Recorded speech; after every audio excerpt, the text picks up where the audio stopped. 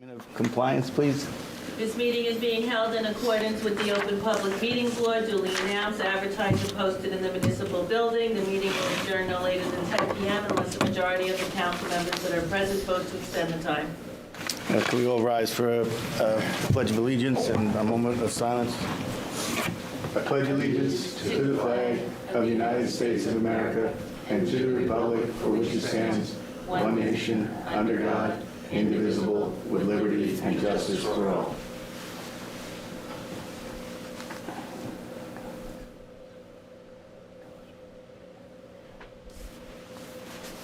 Please be seated. I'll be right back. Okay. I gotta go get a pill. Okay. Can I get a motion to excuse the mayor? So moved. Second. All in favor? Aye. And can we get a motion to open to the public? First, we got your roll. Oh, sorry. Roll call. When does that? Mayor Kamala is absent. Council President Talamini. Here. Councilman Eilert. Here. Councilman Pignatelli. He's here. Councilwoman Rose. Here. Councilman Saliani. Here. Can we get a motion to excuse Mayor Kamala? So moved. Second. All in favor? Aye. All right, can we get a motion to open to the public? So moved. Second. All in favor? Aye.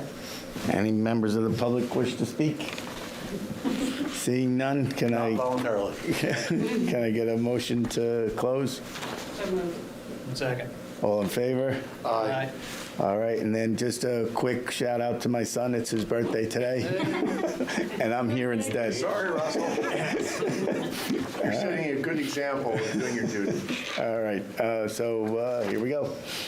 Okay, thank you, and thank you, Russell, for being here this evening. Yes. So tonight, we have, kind of as a follow-up to the first presentation, 4 presentations with departments, the Senior Center, Department of Public Works, Fire Department, and the police. We'll go through operating. This is going to be an opportunity to hear a little bit about the programs and services and various functions of these departments as they affect a wide area of what the borough does and affects residents. So we're going to start with Ariel Preciado, who's seated across from me. And with that, I'll just turn it over to her. Great, Ariel. thank you. Thank you so much for having me, everyone, this evening. I'm happy to be here, represent the Senior Center, and share a little bit about our budget, what we've got planned for this year. I just want to talk a little bit on the Senior Center. So the Senior Center itself, it's not just a service, it's an asset that most towns don't have.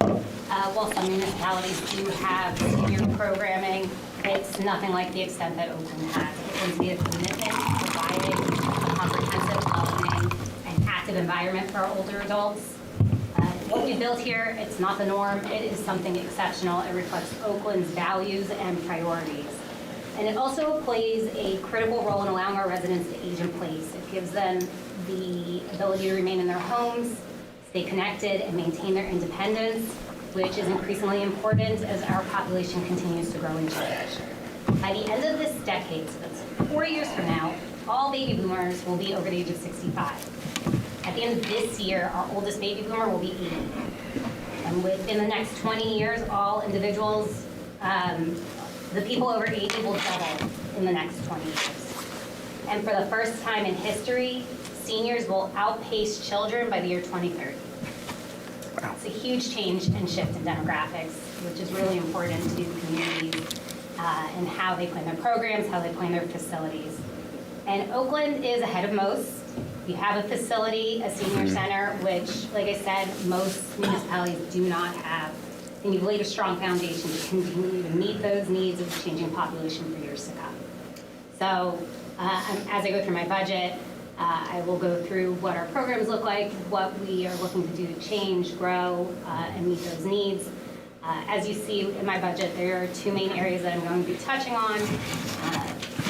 So I'll be touching largely on salary and wages, and then our operating expenses, which encompasses our programming and all the different pieces that are involved with that. I'm going to start with our operating expenses and our programs.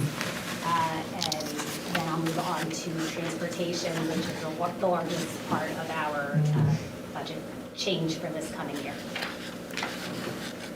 And while this percentage increase that you had seen may seem high, they reflect the adjustments within a relatively small overall budget.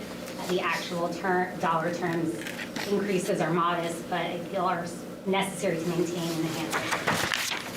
So I'm going to just go over a few statistics about the senior center and where we're at right now. So right now, when I pulled these numbers last, this was a few weeks ago, we had 905 total members, and 350 of those approximately are active participants. When I say active participants, that means they're coming out at least once a month for a program.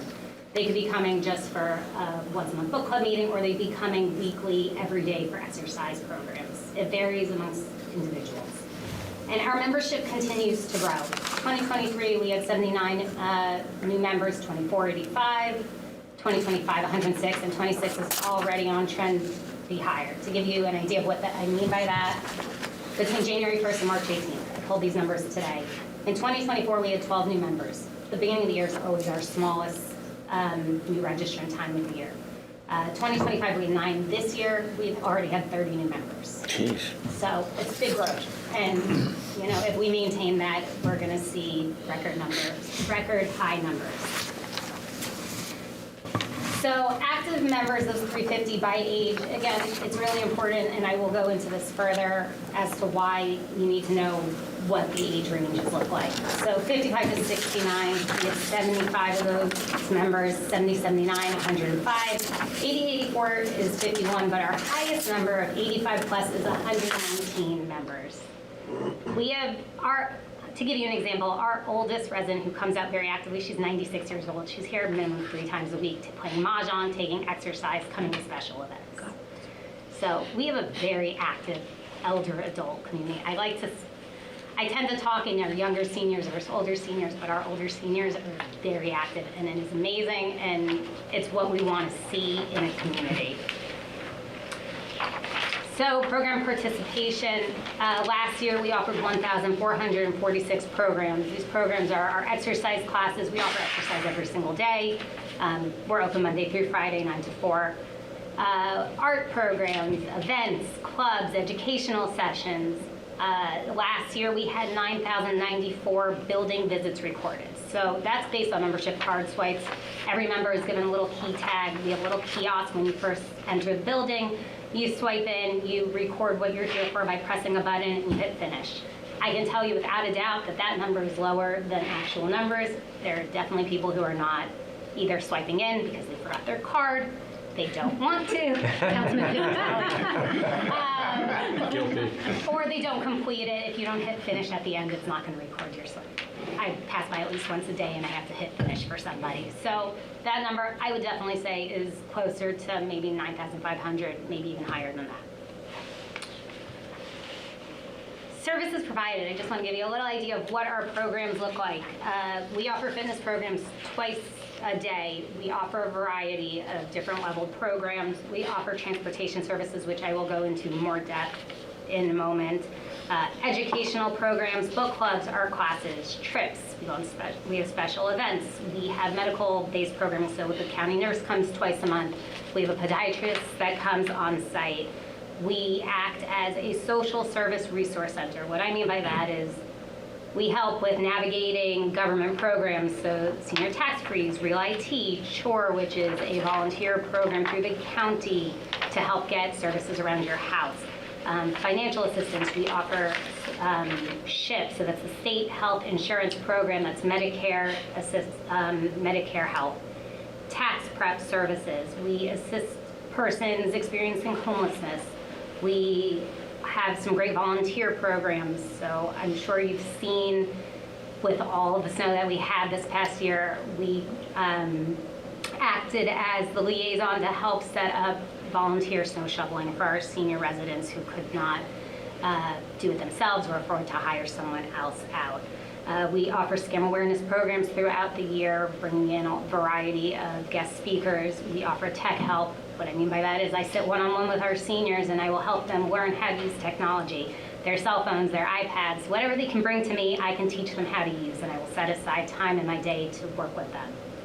it is even more important for individuals to learn how to use technology. Everything relies on technology today. New this year, we've always acted as a support system for caregivers, but this year we are really trying to expand upon that.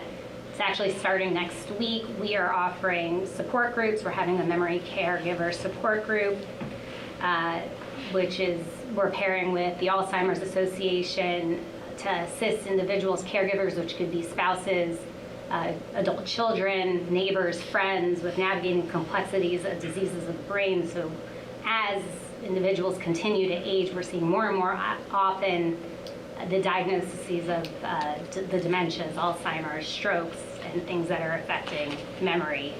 So it is a very important and very needed support system that we are doing our best to try to assist with. So we are expanding into that this year. I'm going to go into in a moment where the budget is going in regards to this, but I want to touch on, we offer a huge variety of programs. We are serving 2, even 3 generations of individuals in our one facility. Different age groups have different wants, different needs. I use this all the time as an example. You're not going to put a 5-year-old in a basketball league against a 25-year-old. It's the same thing here. Physical ability, the limitations of someone who's 55 is not the same as someone who's 95. And we need to be able to provide a variety of services to meet the needs of everyone, as many as possible. We're not going to meet the needs of everyone, but we will try to meet the needs of as many as possible.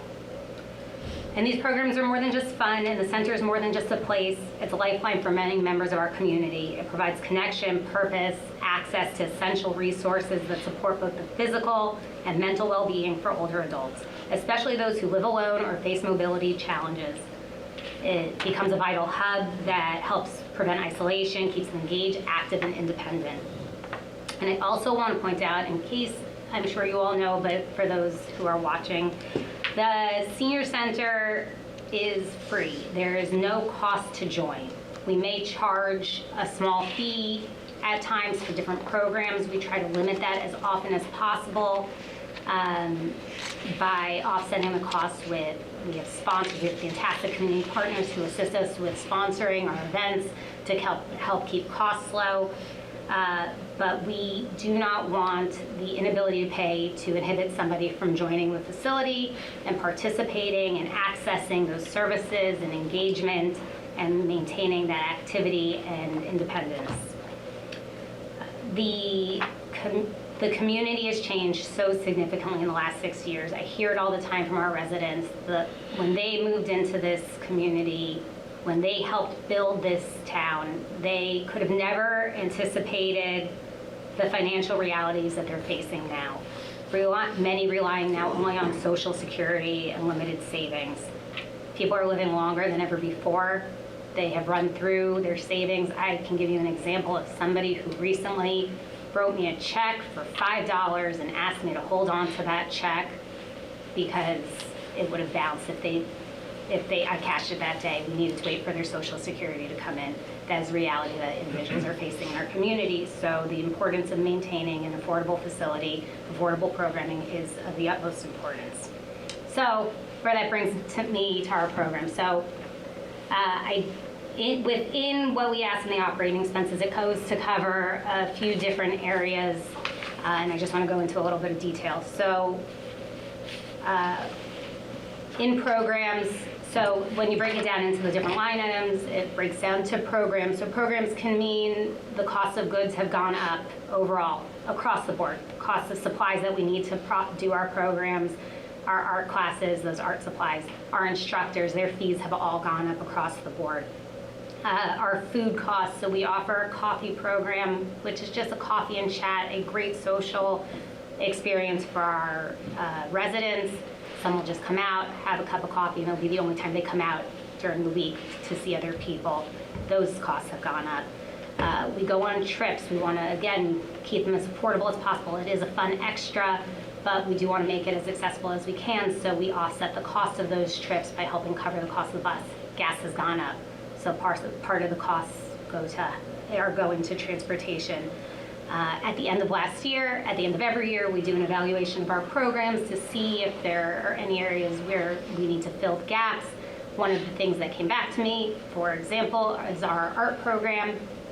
Huge desire to expand our art program. Individuals were coming to us, they wanted to participate. Art is so great for a multitude of reasons. Tactile health, brain memory health. You're using your brain in so many different ways when you're participating in art programs. We had a very small but fantastic art program. If you've never had the opportunity to come in the Senior Center and see the art on the walls, I please welcome you to come see it.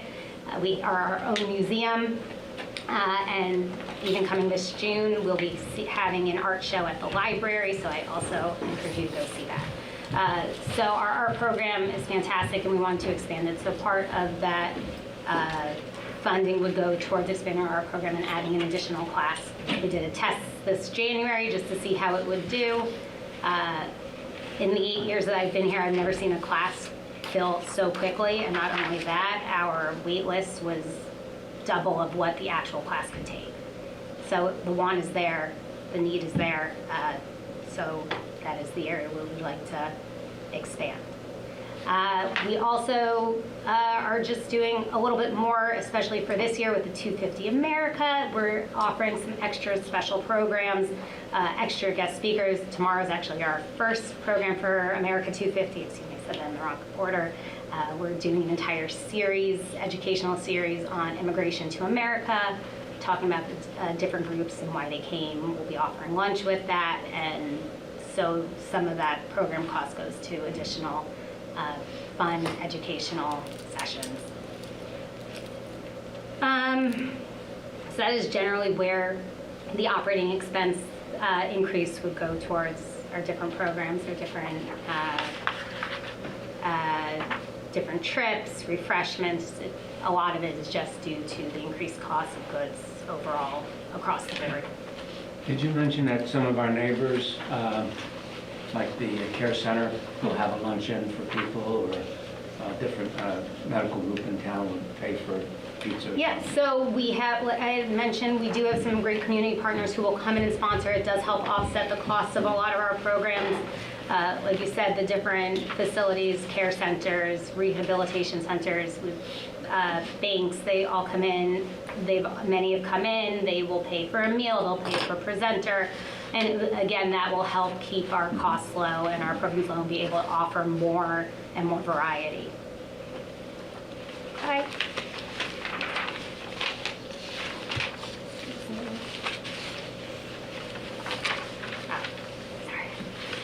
So now moving into transportation, which would be the other large area where you would see the increased requests in the budget. So our transportation program has grown significantly since last year. Last year, after you gave us the additional funding to be able to expand an extra day, we added in that third day. So we run now 3 days a week, Tuesday, Wednesday, and Thursday.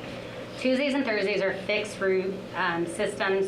We run on Tuesdays roughly 9 to 1. We go to ShopRite. Accessing food is our priority for that day, as well as coming to the Senior Center for exercise programs. Wednesdays, we run approximately 10:30 to 4, with the priority being medical appointments out of county, as well as local rides. And we do run upwards anywhere between 5-6 miles outside of town boroughs limits. And then Thursdays, 9:30 to 3, primarily coming to the Senior Center. That's when we offer our main special programs. Senior Club meets that day, and it is our busiest day in terms of actual riders. And then in between that program, we try to utilize the driver as often as possible, so he'll do more local rides for individuals not attending programs. So our current bus operations is approximately 15 to 16 hours a week. I wanted to add in that one new fun additional use of the bus that we found this year is laundry service. I mentioned that because, as I mentioned, the goal here is to keep people aging in place as long as possible safely. We want to maintain people's independence, and one of those small things that you don't think about that is a huge necessity is access to being able to do their laundry. A lot of the houses are built with laundry on the lower level or in the basement. That there, right there, you're adding in stairs. And for an individual who's already not steady, adding in stairs and then having to add holding a basket just makes it that more dangerous. We got a call earlier this year about assistants trying to find help at doing their laundry. We called dozens of laundromats, dry cleaners, and nobody would service Oakland. So we did what we could to come up with the next best solution. We are now taking our individuals on the bus with their laundry to the local laundromat, dropping it off at the wash fold, bringing them home, and then going back for it a couple days later. Where is that located? Ponton Lakes. It's affordable, and it is something that's making it so that these individuals can stay in their homes longer. It's one of those small things, laundry, being able to do your laundry, being able to food shop, being able to mow your lawn or shovel your snow. These are the little things that most people don't think about when it comes to aging that are absolute necessities, and they don't plan for. So thankfully, we've been able to utilize the resources we have to be able to make it so individuals can, once again, remain in their homes as long as possible. I don't know. Yes. Is that enough hours for the bus? I know we spend a day. It is Do we not. need more hours? We need more hours, and that's where the- you saw the budget increase. I'm coming to that next. Don't worry, I'm getting there. So transportation demand. We've seen a big increase in 1 year. So between 24 and 25, we saw an 89% increase. 752 rides in 2024, 1,420 in 25. Medical rides, so we did increase that access to take individuals for medical rides, and we had 102 medical rides. Medical rides are doctor's appointments, blood work, and physical therapy. And I can tell you that without a doubt, we do not have enough time to meet the needs of our residents. So, our routes are full. I cannot take an additional person on Tuesday or Thursday runs unless they are living next to or on the same street as somebody who is currently riding on our bus. Since January, I've had to, any person who has called on Tuesday or Thursday for a Tuesday or Thursday run, I have had to say no to. And it's not because the seats aren't full, it's because I don't have the time to run to another part of town to pick them up. The 15 minutes in another part each way would put me over budget. Wednesdays, they have their own limitations because it is not a fixed route and it varies week to week. There are days where I am very limited and I do have to say no to rides because if I am taking somebody for a medical ride, for example, that could take up an hour and a half in one direction out into Wayne. It's an absolute necessity. I would not change it, but I would like to ask for additional funding to be able to expand that. Wheelchair accessible transportation options are limited. There are so few. If you cannot drive and you do not have access to someone to drive you in a wheelchair accessible van, your options are us and Bergen County. Our numbers are going up significantly, and there's a few different reasons behind that, part of which is, and I've recently been made aware of, Bergen County, if someone would call Bergen County Community Transportation, they'll actually call, if the person says that they live in Oakland, they will tell them to call us first, see if we can take them before they'll even consider taking them or adding them to the ride. We sometimes can, but there are many times where either we're not running the day that they need it or we're just full and I will send them back to Bergen County. So that continues to limit individuals who do need access to accessible transportation.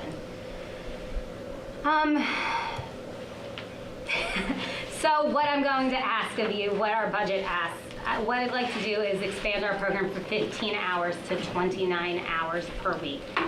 With that, our schedule would be running Monday through Friday. We're going to add on Monday and Friday mornings for 5 hours a day, and then expand our Wednesday and Thursday to run for a full day.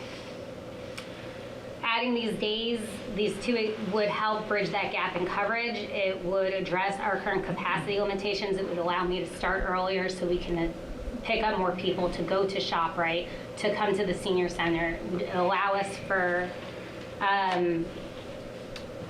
us to increase flexibility to accommodate those longer distance medical appointments.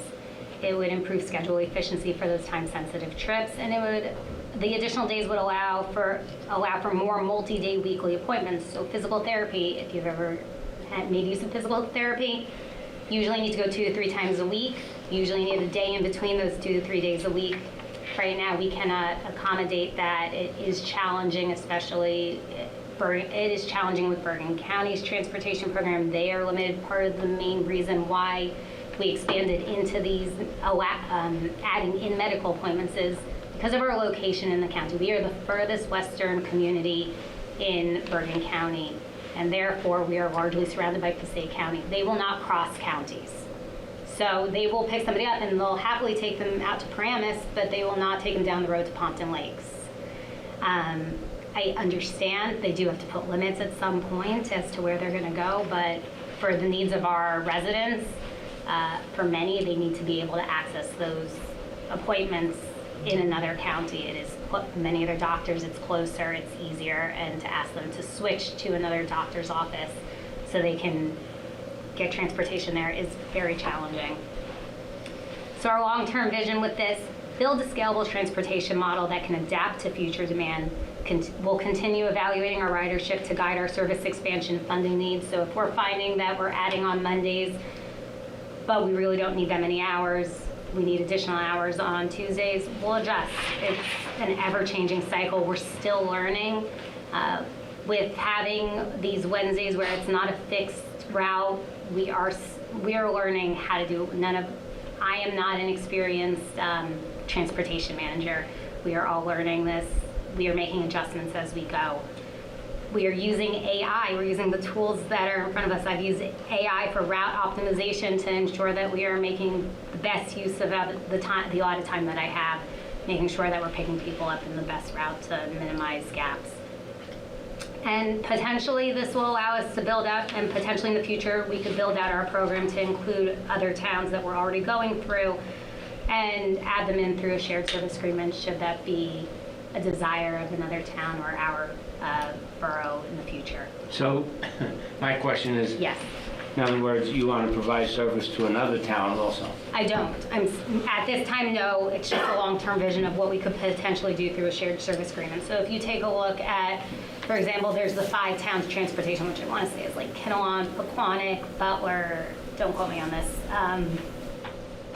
maybe Pompton, I'm sorry, I don't remember exactly which towns, but they've got 5 towns. They have a shared service agreement. With that, they are able to get funding from the county, which I have absolutely looked into, but unfortunately our program at this time is just too small to be eligible for county funding. We're already going through some of these towns, so if another town recognizes it as a need and they reach out to us and want to look into sharing, I'm open to it. I'm open to expanding our program through a shared service agreement. So they would come here and you would go there? Correct. Okay. Ariel? Yes. Thank you for that.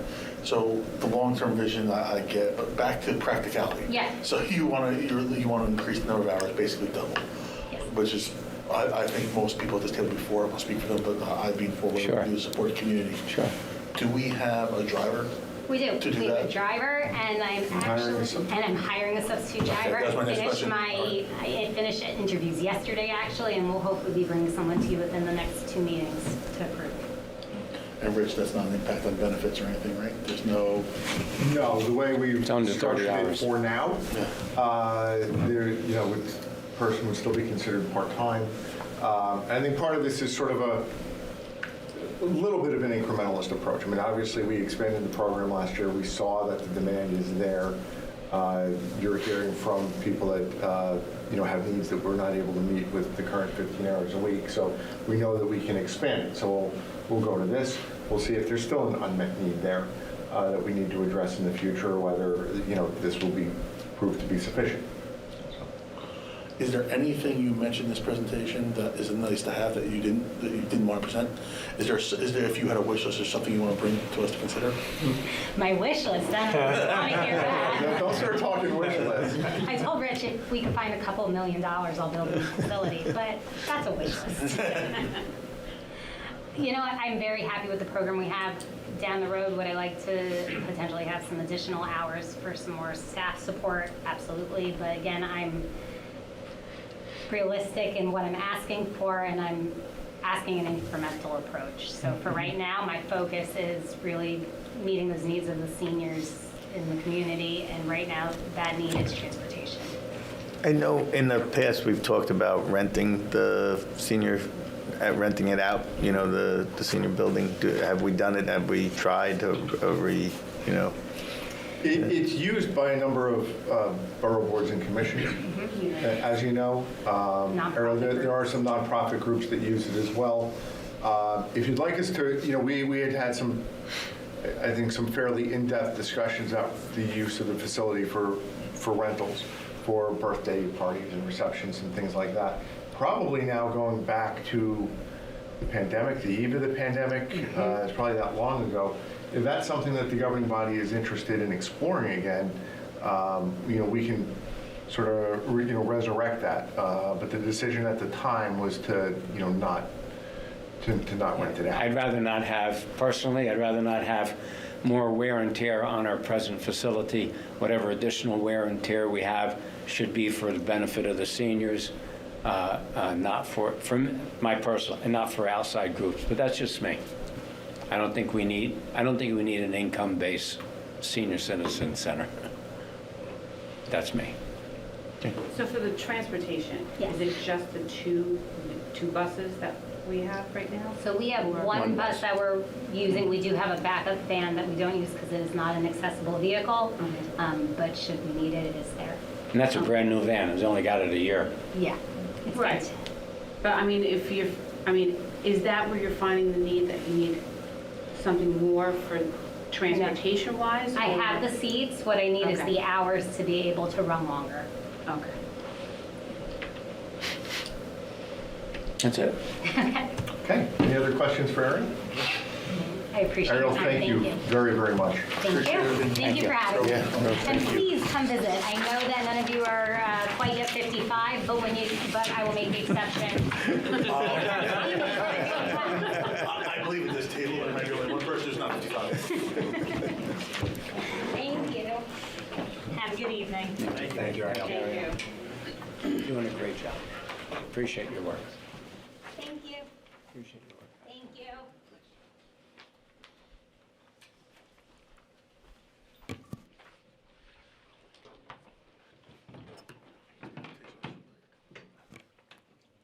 Okay, now batting. Department of Public Works. So we'll turn it over to Anthony and our Assistant Superintendents, Craig Oberheim, Kevin Casario, and they will tell you about their operation and their budget request. So with that, Anthony? Yes. Okay, as Rich said, my name is Anthony Marcuselli. I'm the superintendent of the Department of Public Works. I'm the licensed water and wastewater operator for the state of New Jersey and the borough's certified public works manager. With me, I have Kevin Casario. He is also a licensed water and wastewater operator, certified recycling professional, and certified public works repair. Craig Oberheim his title is Assistant Superintendent. He's a certified vehicle maintenance specialist, also a certified public works manager. And before we get going, I want to thank both of these guys for putting together what I think is a fantastic budget. Of course you do. And I'm going to start by just going through some of the programs, and my team and anyone here can interrupt anytime they want. I'll just give you a little, I'll just go through our responsibilities and what we are. Collectively, we have 24 men and women that report to the Public Works Service Building daily on Oak Street. The Public Works is broken down into 7 divisions. We have streets and roads. The purpose of that division is to maintain the borough-owned properties, the roads, streets and roads, road sides. There's actually 115 out properties, little flag lots and things that members of the Streets and Road Division are out there cutting, cleaning, litter patrol, and we'll do pothole repairs, everything from, guardrails, sign installation, line painting on the roads. And I just realized, looking at Russ, he asked me a question last year, and I couldn't answer. The title of that division is Streets and Roads. Yes. I told him I'd get an answer. So what it is streets are generally, like connective streets, and roads are usually county, larger roads, point A to B, and the connectives in between are the streets. So it took me a year, but I got you an answer. Thank you. I knew you'd come through. So you live on a street. Can't tell you. I live on a road. Right. Another division we have is stormwater management. The state of New Jersey has put together a list of requirements, and with Scott Zuccarella, who's not here, he's the road supervisor. We maintain all the borough stormwater ordinances and the pollution prevention plan. Within, just to give you an idea of stormwater, there's more than 2,000 catch basins that are cleaned and inspected annually. Cleaned as needed, inspected annually. There's 4 detention ponds. Those are the roadside, larger areas that collect water. There's a couple in the reserve. There's one by Chapel Hill, the booster station for the wastewater, and another one behind Copper Tree, and it collects stormwater off of that hill, gives it time to perk into the ground till it enters the stormwater system. Buildings and grounds, I'll go take a step backwards. Of the 24 employees, there's 2 office people that answer phones, and it could be, there's more than 100 phone calls a day on a typical day, everything from garbage to water issues and questions on the water system, and they'll dispatch those to the departments. Tree permits. That's now the spring is where that's taking up a lot of their time. Buildings and grounds, so there's 10 men that generally are working within streets and roads on a daily basis. Stormwater Scott runs the program, and I consider hour-wise 1 full-time employee, but there's days where there's 3 men, working stormwater. Buildings and grounds, that's a 3-man division that maintain all the fields, the ball fields, the outer fields. There's 9 baseball fields. And again, that's a 3-man department, 2 soccer fields, football fields. And with that, these are the same 3 men that do all the maintenance and repairs in all of our borough buildings. And in addition to the larger buildings, there's also, outbuildings, pump houses, storage sheds that are all over town. And we use a service request system and they'll put in requests, but a lot of times people, there's emergent issues, and they'll call Jimmy and say, we have an issue with, could be a sink or anything. So, and I think Buildings and Grounds be a good time to just mention a program that through Kevin's Veteran Association and Craig and Public Works employees. Why don't you tell them about it? Yeah, so I don't know if you guys haven't noticed down at Veterans Park, it's kind of bare right now. And it's because last week we pulled all of around the horseshoe, there's a lot of, say, dated plants. I've been working here a long time, and they're dated. older. Yeah. So, and during the certain season changes, there wasn't much color either down there. What we've noticed too is that even though they were in blind spots, some of those bushes were actually getting killed from the inside because there were sprinkler system heads in there that the bushes grown so much it was literally chipping away at these bushes. So what Craig and I went over was, how about let's plant something new, plant different things that will bloom at different times of year, get some color in there, something more modern, upgrade the sprinkler system as well, again, due to the fact that the heads were kind of pointing in the wrong directions, this and that. So right now, the plants are gone. We do have a rough sketch, so if anybody, I don't have it on me, but if anybody wants to see it and, down the line, let us know, and we can send that to you. So me personally as a vet and growing up in Oakland and living in Oakland now and working for Oakland, what I wanted to do to obviously get the Legion involved as well is that once we get all of these plants, right now it's currently still getting a little too cold at night to plant these. When it comes down to there, to reach out to the American Legion, other veterans around, to have them come down and be involved, help us put these plants in. Obviously, DPW will have equipment there.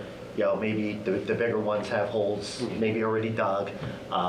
Take some pictures and get it out there so the local veterans, have a sense of being involved, especially with that park. And I just think it'd be, a great thing to do. Now that you mentioned that about Veterans Park, it's been brought to my attention that a suggestion would be to separate the memorial part from the public celebration part, so that a public celebration isn't being done in front of a memorial to a veteran or to a veteran that lived here in Oakland. So we would like, the suggestion would be to separate the two, have the public event in the upper part of the park, and the lower part would be just reserved for veteran services. So maybe that. The other thing I want to point out, now that I have the floor, as you know, I was a public employee myself for 36 years. I have to say, in support of the DPW, every department depends on the DPW. Every single one will call the DPW either monthly, weekly, daily, and need their support. So it's a vital department, and I appreciate all you do for all the departments. Thank you. Spread yourself thin, but thank you. Thank you. Okay, moving along, I'm going to save garbage and recycling and water and wastewater and just talk about vehicle maintenance. Craig, I'm sure, can do it better than I can. It's two men. Why don't you just give some of your responsibilities? So, two-man divisions, myself and Mike Falk. We cover police department, some of the fire vehicles, building department, building and grounds, all of our DPW stuff. There's all the plows and everything, blowers and everything. Is close to 250 pieces of equipment that we maintain, just the two of us. It's more than probably 70 vehicles alone. 70 vehicles, yeah. It's almost, yes, just about 75. Wow. Okay. We can move forward if you want to hit great slides up. I'll go through the important stuff, the budget. I'll start with streets and roads. Now that we know what they are. Yeah. You want to talk about roads first? Streets and roads. The numbers are there. Lately, we've been getting calls, and I'm sure people have been reaching out to the mayor and council regarding potholes. Just so you're aware, we've been out for probably 3 weeks now since the plant opened that makes asphalt, and we've laid down more than 10 ton of material and filled well over 100 potholes. And so we're out there. We're going section by section.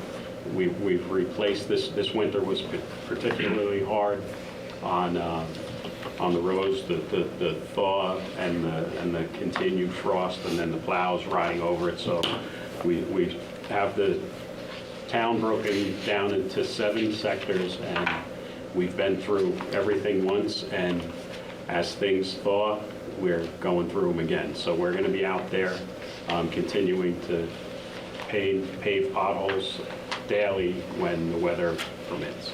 So we are out there, and for the residents, if you have a known area that is a particular problem, Rich, let me know about when he hits daily coming into work.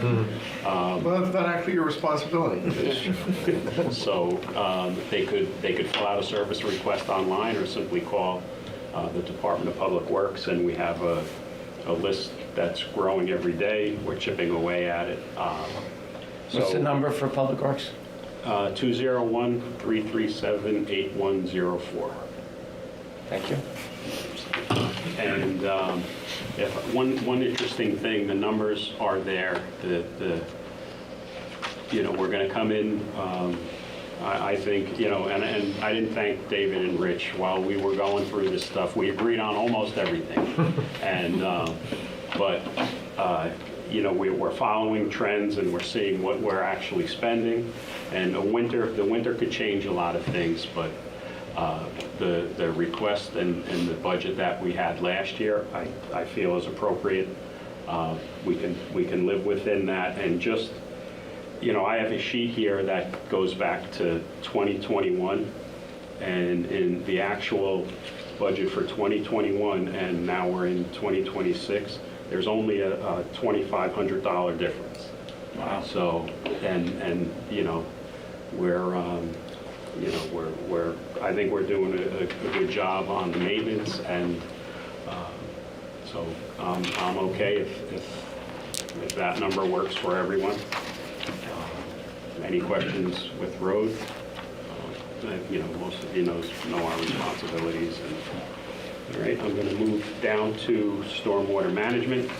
I mentioned earlier 2,500 storm drains that are inspected and cleaned every year.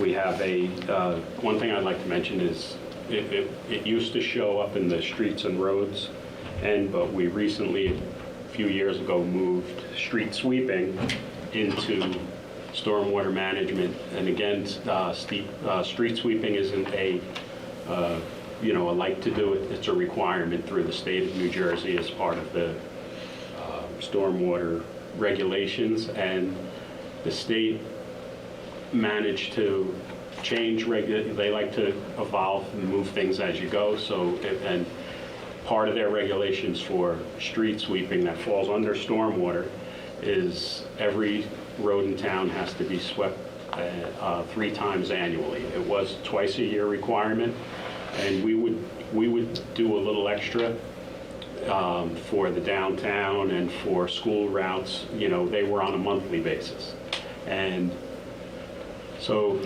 we have a shared service with Bloomingdale, and we're in the last year, I believe, of our contract, or maybe, it might be the last year of our shared service contract. I've been in constant contact with them. So what we did was that there was no change in the dollar amount to the contract. We just took some of our monthly things and traded off.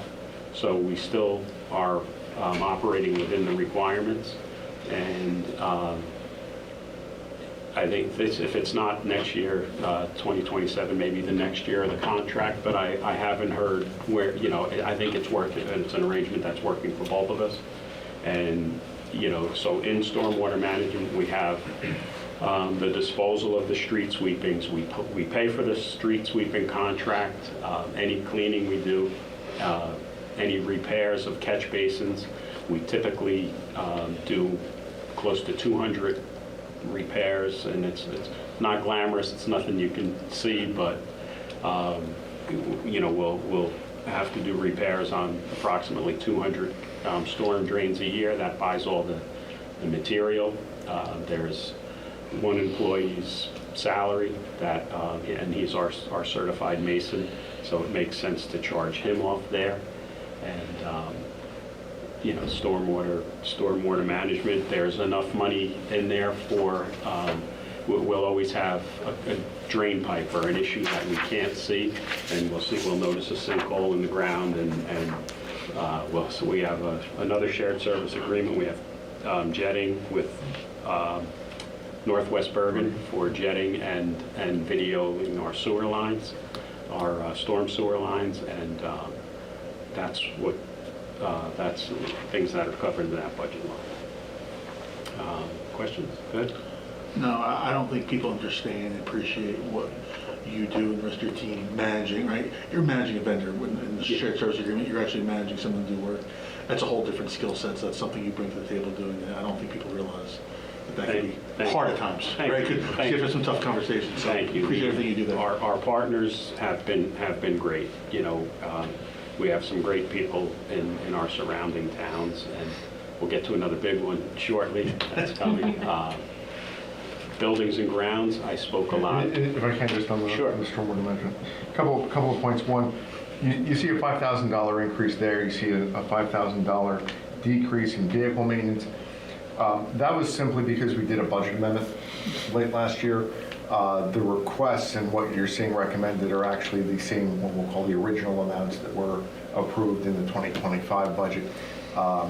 They didn't actually come in looking for any more than, or anything different than what they had in 2025. The other thing with stormwater management in particular is it's very easy, and I can be guilty of this too, to focus on what you can see, right? You drive roads, so you know when you hit a pothole. You play at the ball field, you know the condition of that. A lot of what we maintain, either it's things you don't think about, trees, or stormwater systems, which are actually more tightly regulated than just about any other type of infrastructure that we have, maybe with the exception of the water, some of the water and sewer stuff. So there's very tight regulations in terms of inspections and maintenance and upkeep of those things. So, and having worked in places prior to coming here that really didn't focus on that coming here, and really it's been something constant. And the regs have been around now for a little over 20 years. Yeah, 22 years. Anthony, I think has taken seriously from the get-go, and I think our system overall, even though we have some challenges with corroded metal pipe that we're addressing, when it comes to meeting those requirements, I think we really do an excellent job. Well, it does. It also, by maintaining it, also helps us, and with that flood word, that helps prevent flooding of streets and clear passage from the storm sewer to the river, so it doesn't back up.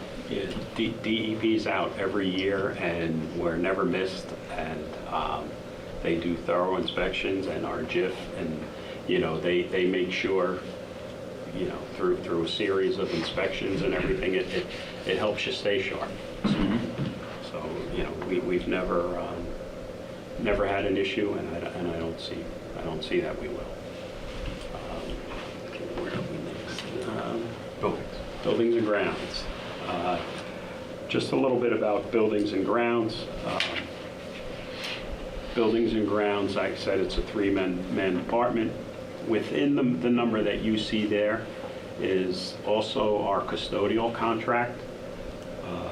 You know, we have a contractor to come in and maintain the buildings as far as, you know, the daily cleaning.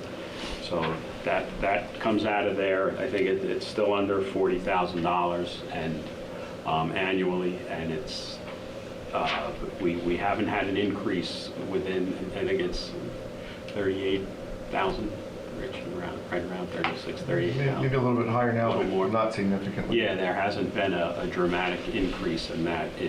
This company's been with us for a long time, and so that is in the buildings and grounds line, and also there's about $60,000 appropriated within that line to needs specifically for recreation, and you know, everything from clay for the ball field, seed, fertilizer, and any maintenance contracts that we may need.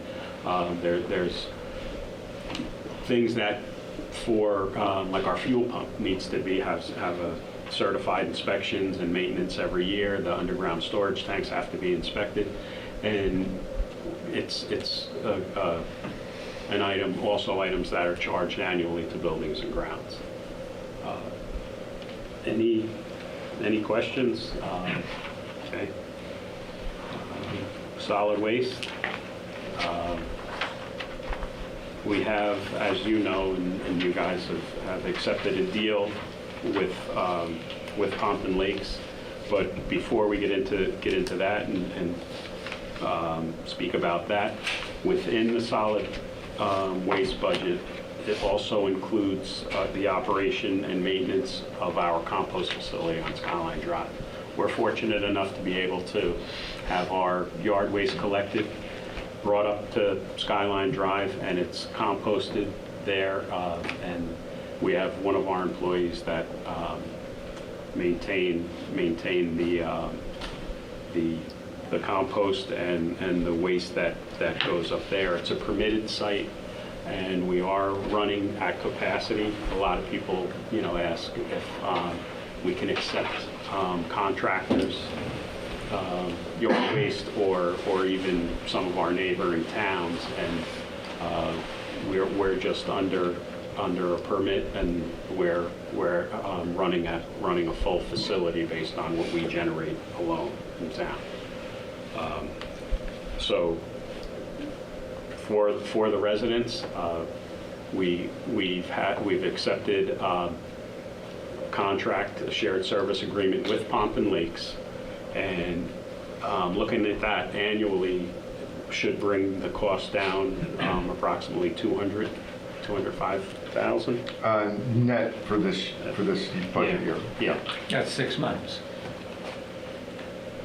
So you have 6 months at the current rate, which is the 2025 contractor rate, and then half of the year at the 2026 rate with Pompton Lakes. When you take that and then you consider the increase that we needed to put in the budget for garbage disposal due to a contractual increase in the per ton rate for disposal, it overall, when you put all of that together, it nets out to a $204,000 reduction in that budget.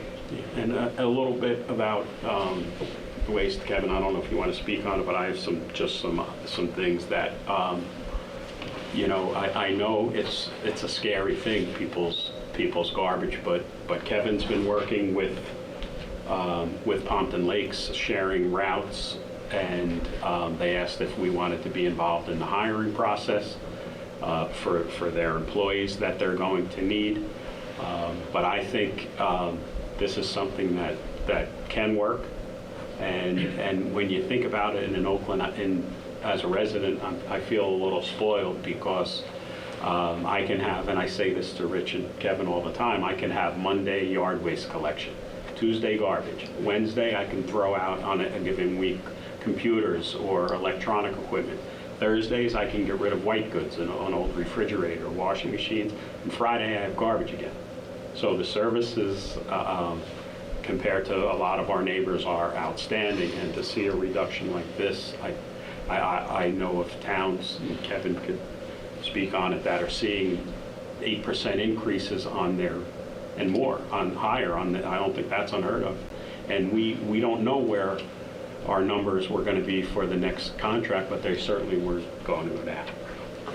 Yeah, no, absolutely. So, like Anthony said, prior to the adoption for, having the shared service with Pompton, we did go down. I met with their superintendent and also a couple of their sanitation foremen.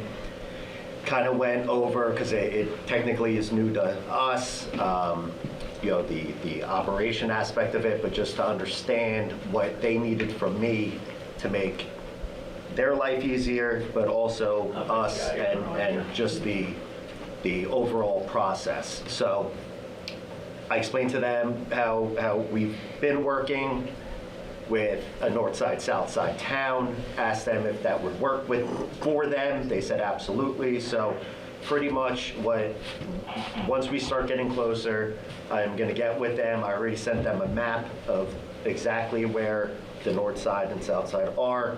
We are gonna physically drive around, just so, because there are some roads that are tight. We told them about the trestle down over there, so they don't hit it. There's going to be those things that I want them to be with me in a pickup to show them, okay, watch out for this back down this road, things like that.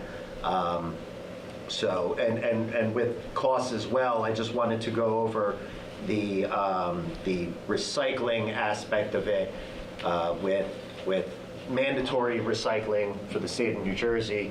Is obviously paper and then commingled bottles and cans. Just to kind of give you a heads up, last year, paper right now, we were making $15 a ton. Commingle, we were paying $62 a ton, the same time last year. Now, we're getting paid $11 a ton for paper. Commingle, we're paying $80. Okay, so now that can change. It probably very small increments, but it can change. But just want to throw it out there that recycling is a market. It's a supply and demand. It's not that can you shop it? Sure, but the odds of getting an extremely great price compared to the next person, it's not going to happen. Sadly, I think those days are numbered. Maybe with paper, not so much, because we are still making money. Bottles and cans, nobody wants it. So unless somebody decides to start making something real cool with that, we're going to be paying money, sadly. So. Yeah. Thanks, Yeah. guys. Thank you for that. No problem. I'm sure. So with all you're doing, I'm sorry, Anthony, I apologize. Is there anything we can do, with government to support you in this transition, right? You're meeting with Pompton, you're doing all that. Is there anything we need to do to help you? You know what, you guys, I think everyone here, the hard part's probably over. There's going to be some hiccups and things once, but the team in Pompton's fantastic, and they know a lot more about the collection end of it than we do. And Kevin said, Greg was involved with us with the meetings, and they asked a lot of great questions, and you guys answered the hard ones. So I think there's going to be probably a learning curve, but we receive complaints now, but there's things that are missed, and a lot of times it's stuff that was put out late, and we're going to still respond the same way if we get a call, even though they forgot and they put it out and they didn't call, they weren't on the electronics list. We'll go get, we have guys that are out doing road inspections. If they see an item, even if it's not called in, Kevin will go out and we'll grab the material that's missed. So nothing's going to change. I don't want the residents to think, we've been fortunate enough to have Angel and a great crew from Suburban. And I reached out to Suburban, to Angel and his crew, and seeing if they needed work. And Pompton said they'd be happy to have any of them, any of the crews from Suburban. So whether or not they're you know, they're going to be willing to work in Pompton Lakes, or they're not already committed somewhere with Suburban. That's up to them. But it's something that it's a big step, but you know, just from the mayor and council end and David and Rich, I'd hate to go back to the residents and say we had a chance to save $200,000 and we were afraid to do it. So, you know, I think it's an easy decision, and it's something. If it doesn't work, there'll be, which I doubt, there'll be an opportunity to go out to bid again, but I don't feel we have great numbers testing those waters right now. Thank you for that. Yeah. Okay. Snow removal. A little information about snow. If you looked outside this year, you know there was a lot of it, right? And an interesting thing is that the snows, you know, we had years where it was Saturday, Wednesday. We had a lot of Sunday storms this year. So it's, you know, some of the guys look at it as a chance to make money. Some of them look at it as a ruined weekend. But just to give you an idea, when we're out snow plowing, it's everybody. And when needed, you know, we get 6 inches or so, or we'll bring in some contractors. But with the exception of the office help, there's usually 24 men out there divided into 8 sections. And to put those trucks out on the street on just the typical, once it goes to past 3:30, it's overtime, and we're running about $1,080 an hour just in salaries for straight time, and it could go up to $1,800 an hour on a Sunday. With that, we can bring in between $300 and $400 an hour back, because we are maintaining county roads with our personnel. Within the snow removal budget, there's equipment maintenance, there's material. On the salaries and wages end, it's overtime. If a snowstorm during the day would come out of the regular, whatever department that employee is charged to.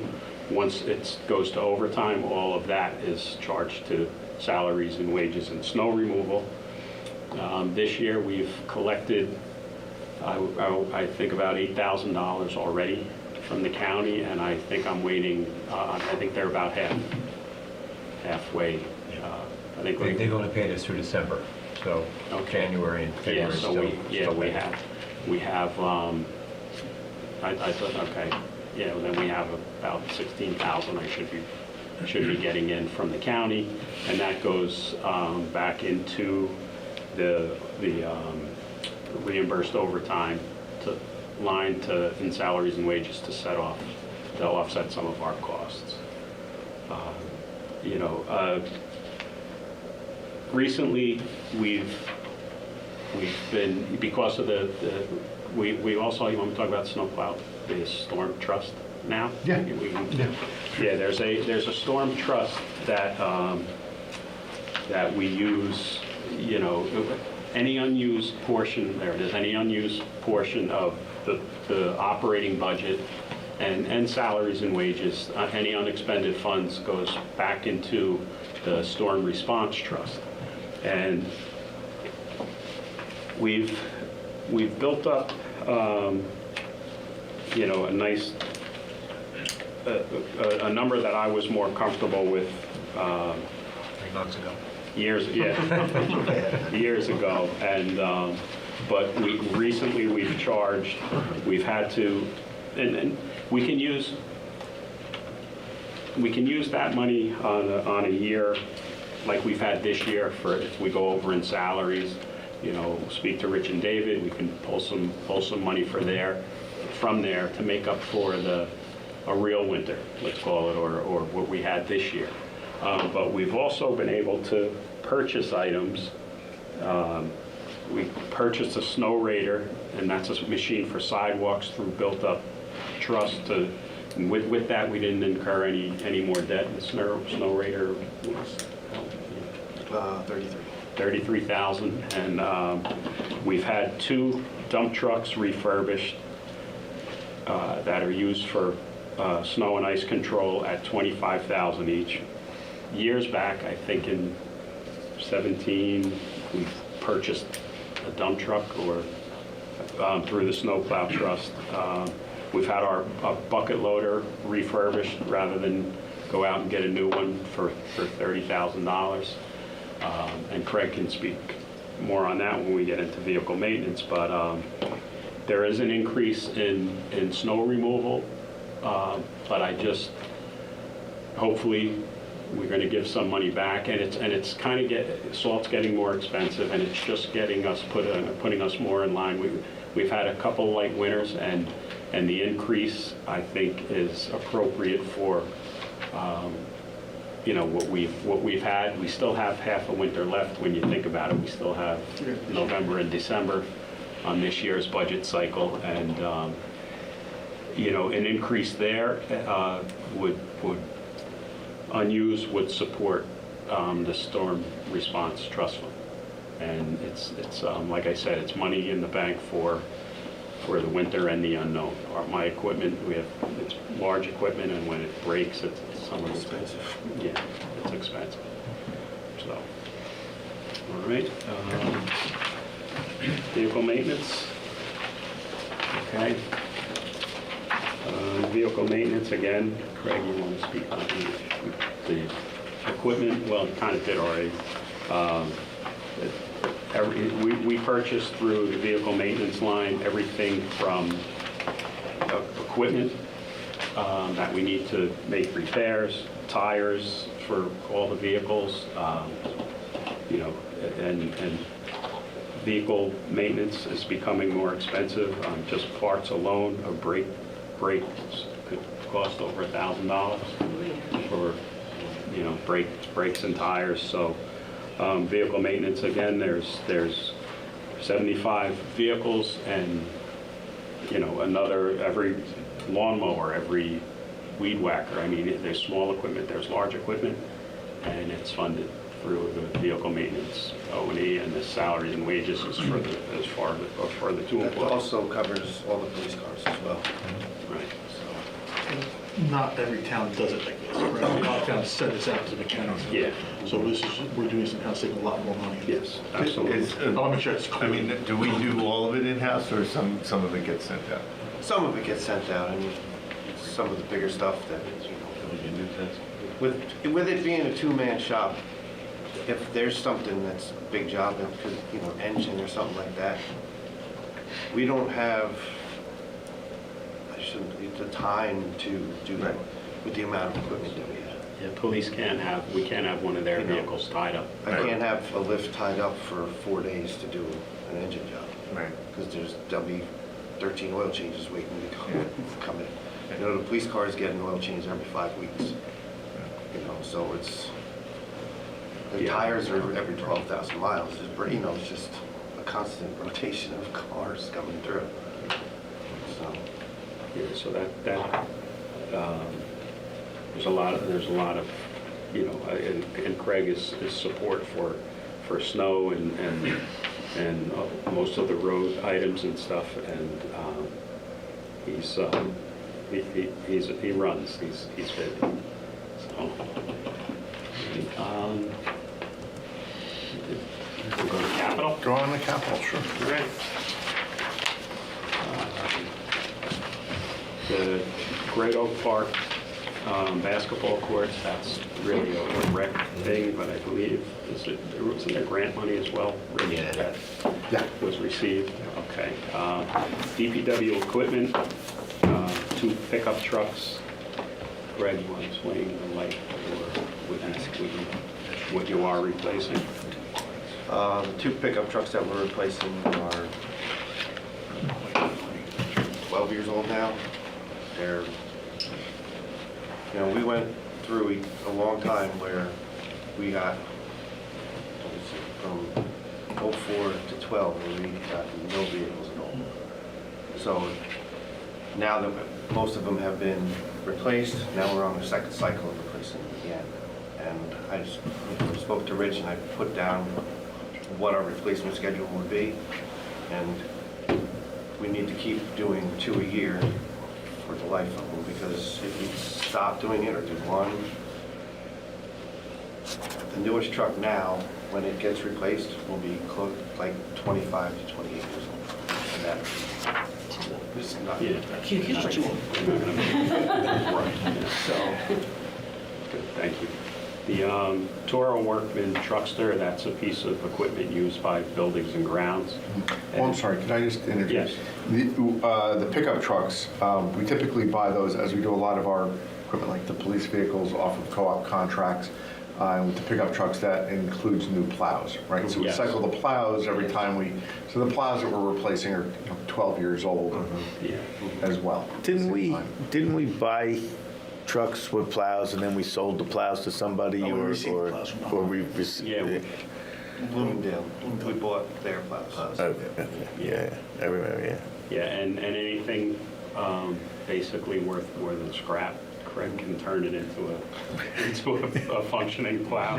So during a storm, you hit a manhole cover, sometimes pistons, springs, those things break. Those plows we got from Bloomingdale were used this year. Yeah. A couple of pistons blow out, and it's just Since pop one off and put the other one on, Yeah. and then, so we're always on the road instead of being in the shop trying to fix it.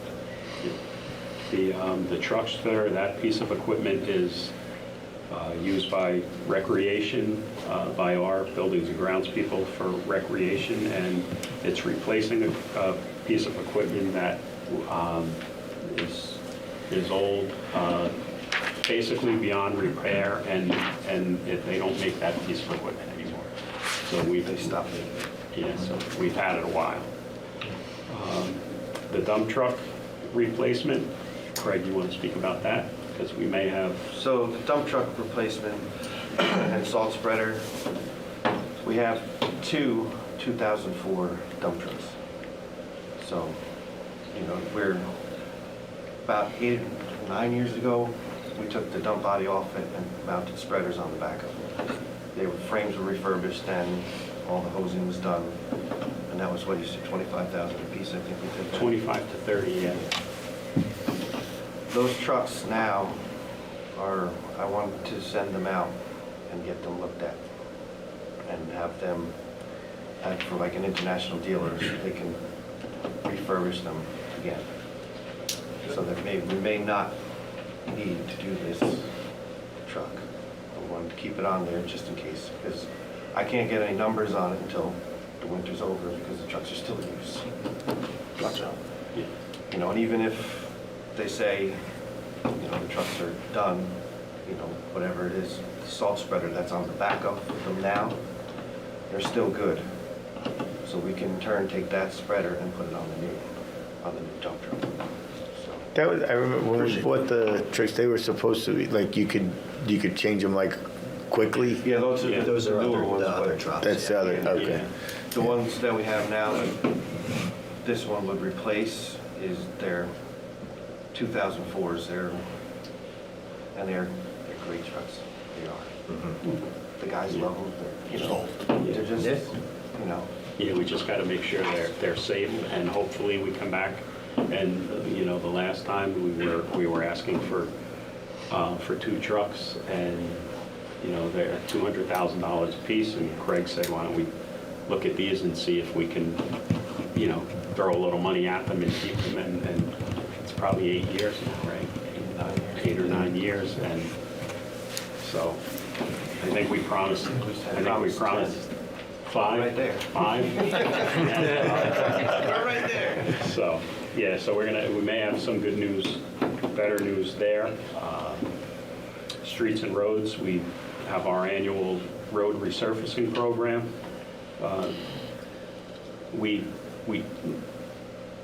That much funding should get us about, a mile of road, maybe a little more in similar spending in '25. We spent a little more. We got 1.4 miles of new road done. Going back to 2023, we had 3 miles, but that was when we paved some of the roads that had sewer main, so some of that was charged off to that project. But we'd like to keep the project about, depending on the numbers, who knows where they're going to be, but that money we could probably do a similar program to last year. Last year we had a lot of lots and outer areas done. This year we're going to focus on roads and streets. On roads, streets. And so where we have the info, our request, our plan is with Boswell. We're waiting on, I know you guys, thank you, just awarded a contract for them for the design and bid. And hopefully we get that shortly and we can pave when, we're trying to line up our schedule for resurfacing when school is out. One day we'll get it done by April for you. So the total cost for the repaving is $960,000? Well, I'm not reading it right, I don't think. No, that's right. No, you're right. 960,800, expected construction, about 160. It's just sort of a formula to put in 20,000 or 20% for soft costs. Anything that we're not using for soft costs, that's design and construction inspection. Actually, some bond council costs with this one would then be available in a future in a future year for construction. We also have a little over $100,000 as a balance from the 2025 program that we'll be able to use this year as well. Good, thank you. Okay, downtown improvements, that's what you see going on.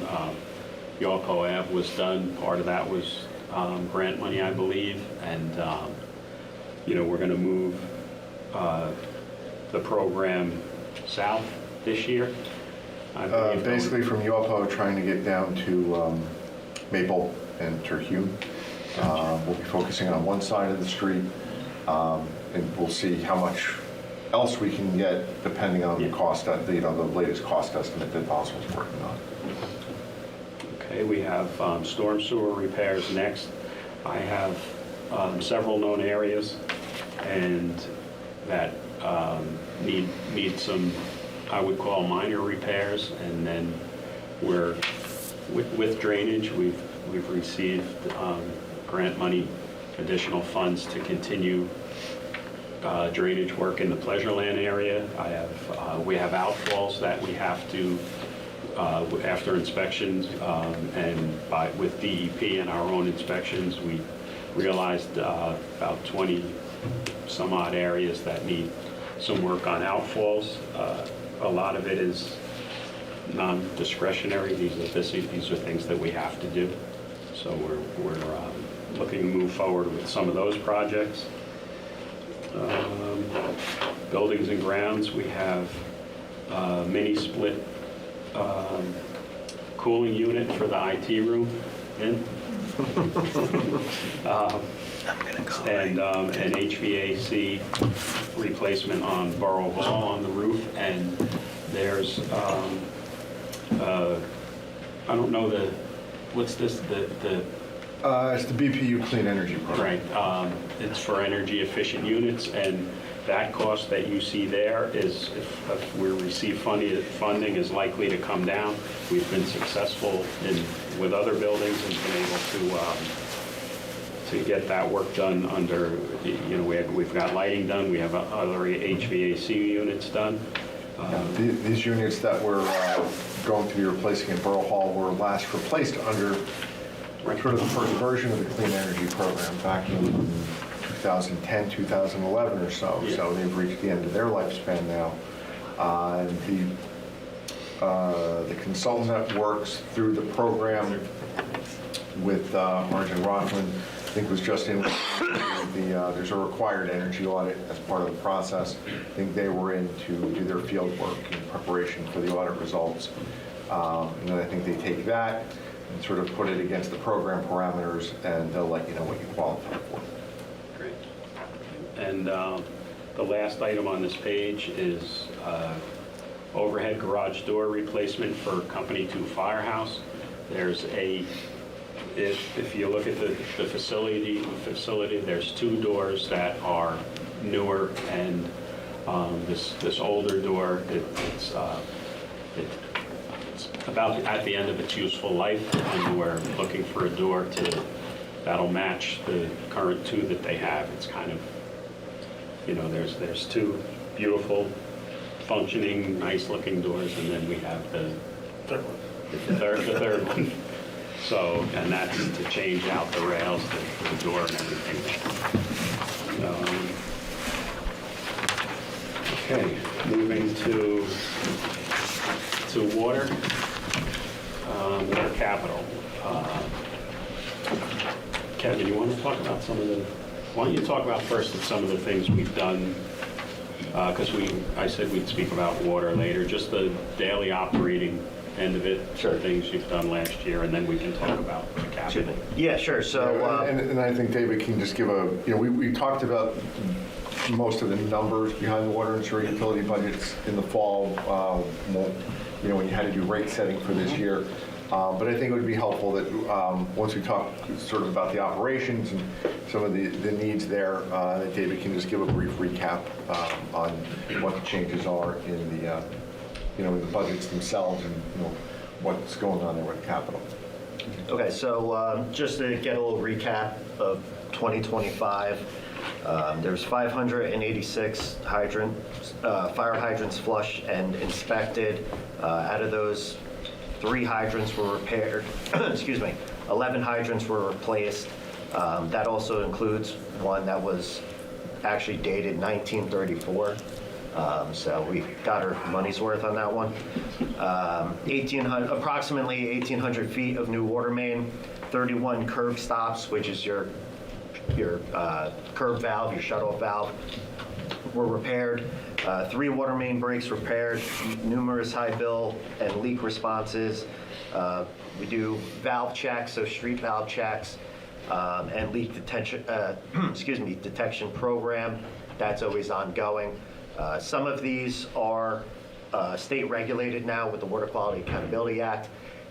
Essentially, the state is making you do preventive maintenance because a lot of places weren't doing it.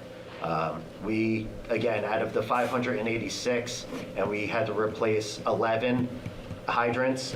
For me, that's pretty good because we do have valves, original valves from 50s. The 31 was kind of crazy, but 56, 57, you see them all over the place, and they still work. They still work because every year we go and we work them. They sit for a long time. That's when it goes downhill. So in 2026, we're obviously going to continue our leak and valve inspections. We are going to flush every single hydrant once again and inspect all of them, either repair or replace them as needed. On a daily aspect, we check every single station every single day. We test water quality for free chlorine residual, pH, and temperature. We do preventive maintenance in our booster stations, our well houses. We have quarterly samples, regulatory samples from the state, monthly samples, yearly samples. So just for instance, we do bacteria samples, disinfectant byproducts, PFOS, VOCs, sodium, nitrate, iron and manganese, all these things. And, it's from last year, every single result met the New Jersey DEP and the federal EPA standards. So we are complying with all that. So a few years ago, we seemed to have it seemed like we were having a lot of breaks in pipes. Right. And so, I mean, like how much are we doing preventative? So there is a drastic change of how many water main breaks we've had, even from, let's say, 5 years ago to this. Could it be luck? Sure. But we did attack the vulnerable areas that we knew regardless if we were springing a small leak to a catastrophic failure of a water main, you sometimes see that pattern, and we replaced it. You know, with even 2 years ago with River Road, that was our problem child. Right. And we said, instead of putting Band-Aids on this, let's get it done. And, you know. Yeah, we did Lakeside, that was an area. And- Right, and Russell, you may be thinking of, there were some breaks related to Yeah. the sewer line install. That's Yeah. true, yes, Right, but- yes. But yeah, so we've done River, we've done Lakeside Boulevard, we've Lehigh. done Lehigh, West Oakland. West Oakland. West Oakland, which was a big one because Yes. there were previously a couple of large Yeah. breaks there. Yeah. And the entire Pleasure Lane neighborhood Yes. Yeah. as well. And a point I want to make is we're trying to tie the water replacements with the storm replacements or the sewer project, and mashing it all together and coming up with a schedule that also doesn't interfere with our road resurfacing. So if we know we have an area that's a problem, you know, we'll get together, water committee will come up with a list, and we can, depending on funding, we have target areas that we know, you know, with everything in capital, we set up a 5-year plan, and Kevin and Craig even go beyond that, and so we're trying to stay ahead of it. We're working, you know, PSE&G asks every year for, you know, our 5-year schedule, and sometimes, you know, they don't care. But, so, yeah, that's a great question, and the long and short of it is we're on a great program, and the state's Water Quality Accountability Act is a lot of what we were doing anyway, but it's easier to come to you guys and say, well, we have to do it. Yeah. That's law. So, yeah, we have a great program and a tight water system, and these guys do a great job of taking care of it. David, did you want to? On the finance side, you see a significant change year over year of 18%. That's all really sitting in on the revenue side and operating surplus. We're anticipating a lot more of our reserves, so that on the appropriation side, we can spend that in capital. Anthony, do you remember when we first put in the IBank request for meters? I mean, it was 2013, Wow. 2014. I probably had hair. Clear golden law. Wait, not high school. It's, in all seriousness, it's probably been close to 10 years. So we're not going to wait on that anymore. So a large part of that funding, and we'll iron out the specifics, but we really need to replace the meters. They're really very, very old. We have to do a lot of manual reading. They're not communicating anymore. We lose revenue if the meter's not working correctly. They don't go faster, they go slower. So this is a long-term going to help us in terms of labor reduction with not having to have somebody go out and collect the reads. We'll be going to a system that is cellular for the most part. And you know, we have a lot of benefits as we roll that out. So that's a big change on the finance side. If you look at the rent side, it's up 3%. That's based upon the ordinance. That's just making sure we continue to stay current with inflation, continue to be able to fund and expand to meet the main replacements, and eventually we'll have probably more PFAS stuff that we have to remediate down the road. So just trying to make sure we stay current with all those. Yeah.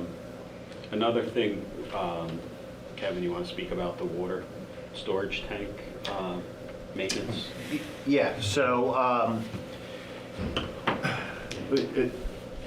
doing some research and talking to other municipalities in the area, at least that deal with the water side, there's programs out there that companies will have certified, whether they're certified inspectors, certified divers, that will come and inspect your water tanks.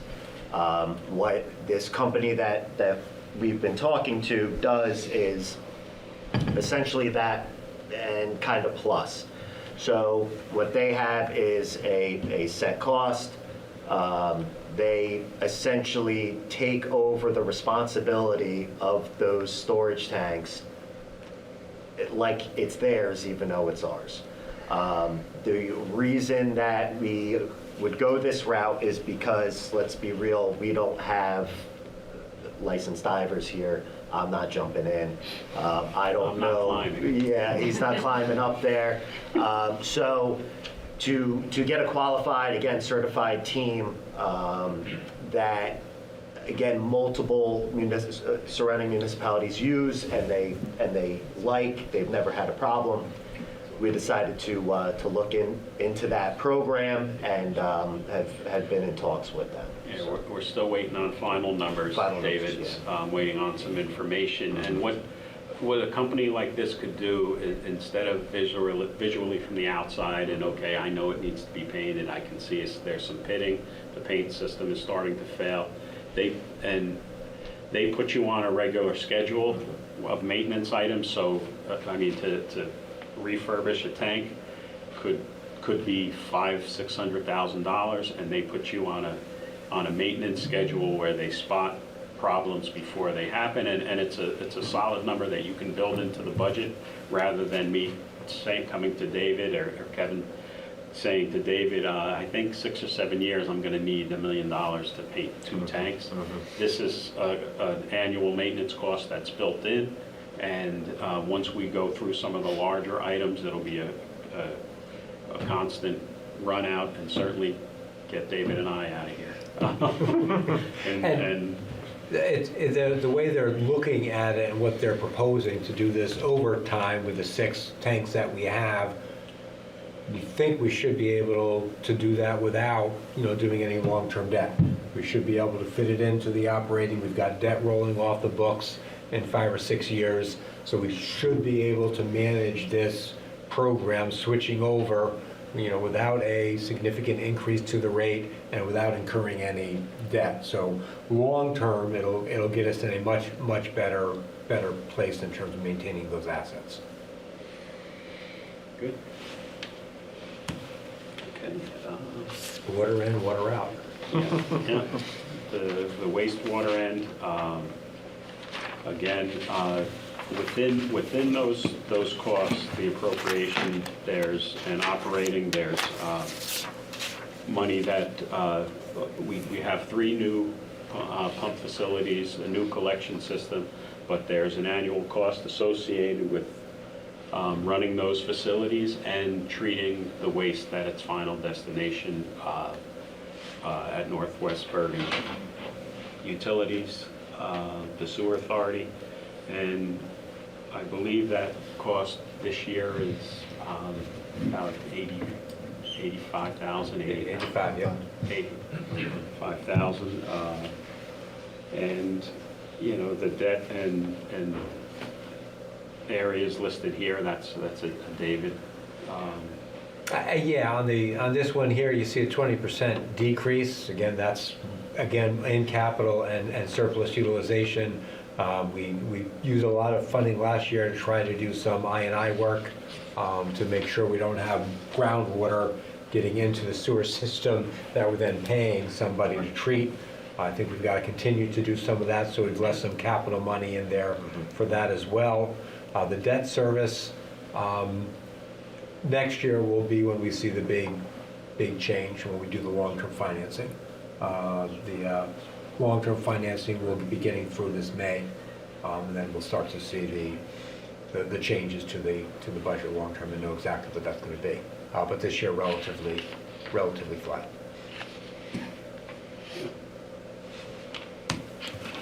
Questions?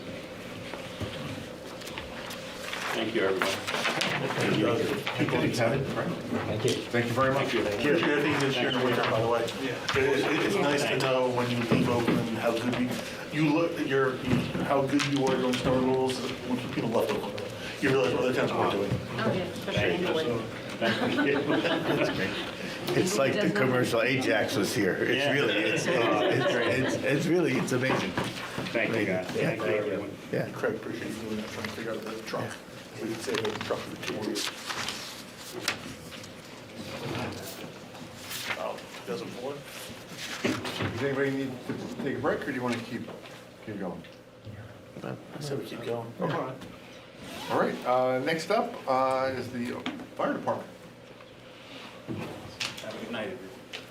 Good night, guys. Thank you. Thanks so much.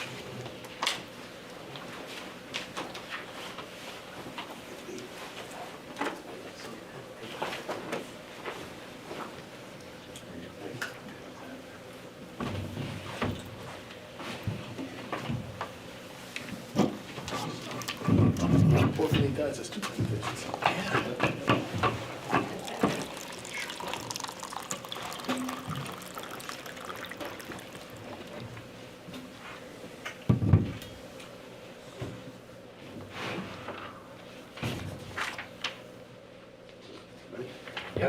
So, with us this evening are representatives of Fire Department, Fire Chief Vinny Incravaya, Company 2 Assistant Chief Chris Hoitzma, Company 1 Assistant Chief Vinny Dies. And with that, Vinny, it's all yours. Good evening. Good evening. Just going to go over what we do. Oakland Fire Department, we consist of 51 volunteers, 16 life members. It's funny, I was reading something this afternoon. Back in 2013, we had 61 members, we're down to 51. We serve the borough of Oakland out of 2 firehouses. Company 1, 29 members. Company 2, 22 members. We respond to all different types of calls: structure fires, car fire, brush fire, vehicle accidents, hazardous material, lost hikers, usually to other towns. We also work in conjunction with support the police department, first aid squad, OEM, and DPW. We provide these services 24 hours a day, 7 days a week. In 2025, the department responded to 371 calls, totaling 2,888 hours. That's only on calls. In addition to fire calls, the volunteers spent time conducting weekly drills and attending training classes. In 25, we drilled 37 times, and outside training 9 times, totaling 1,941 hours. As volunteers, we work closely with our community to provide education through events such as Safety Town and Old Open House in October for National Prevention Week. During the National Prevention Week, the volunteers visit the schools in our towns, private schools, talk to the kids about fire safety. That's all week. We also participate in the Junior Police Academy, where we assist in one day. The police department brings the kids over, and we explain the life of a volunteer firefighter. We spend many additional hours offering tours of the firehouse also to the local clubs and the CTC school, educating about the importance of fire safety. We work with our recreation department to support the children at sporting events, as well as Indian Hills High School. We also, during the holidays, drive Santa around town. Halloween, we hand out hot dogs, and we help out the Easter egg hunt. In 2025, the department has 714 events, over 8,000 man hours. And of course, we're always looking for new members. As I said earlier, we volunteer. We're down to 51 members right now, which is not too bad, but still, we're always using the members. That's all I have right now. Did you want to go through, talk a little bit about the changes in your OE budget, which we were able to reduce a little bit? You have the paper? I never got one. Oh, yeah. Is there paper? Can you share? He needs a copy? Yeah. Oh, we get.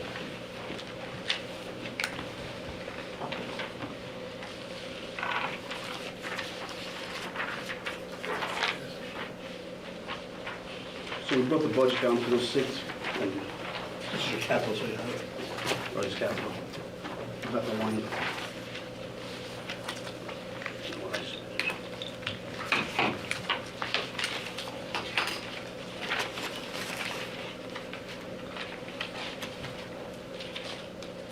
you have the budget line item? We just have the summary up. Oh, You want okay. to go to a specific line item?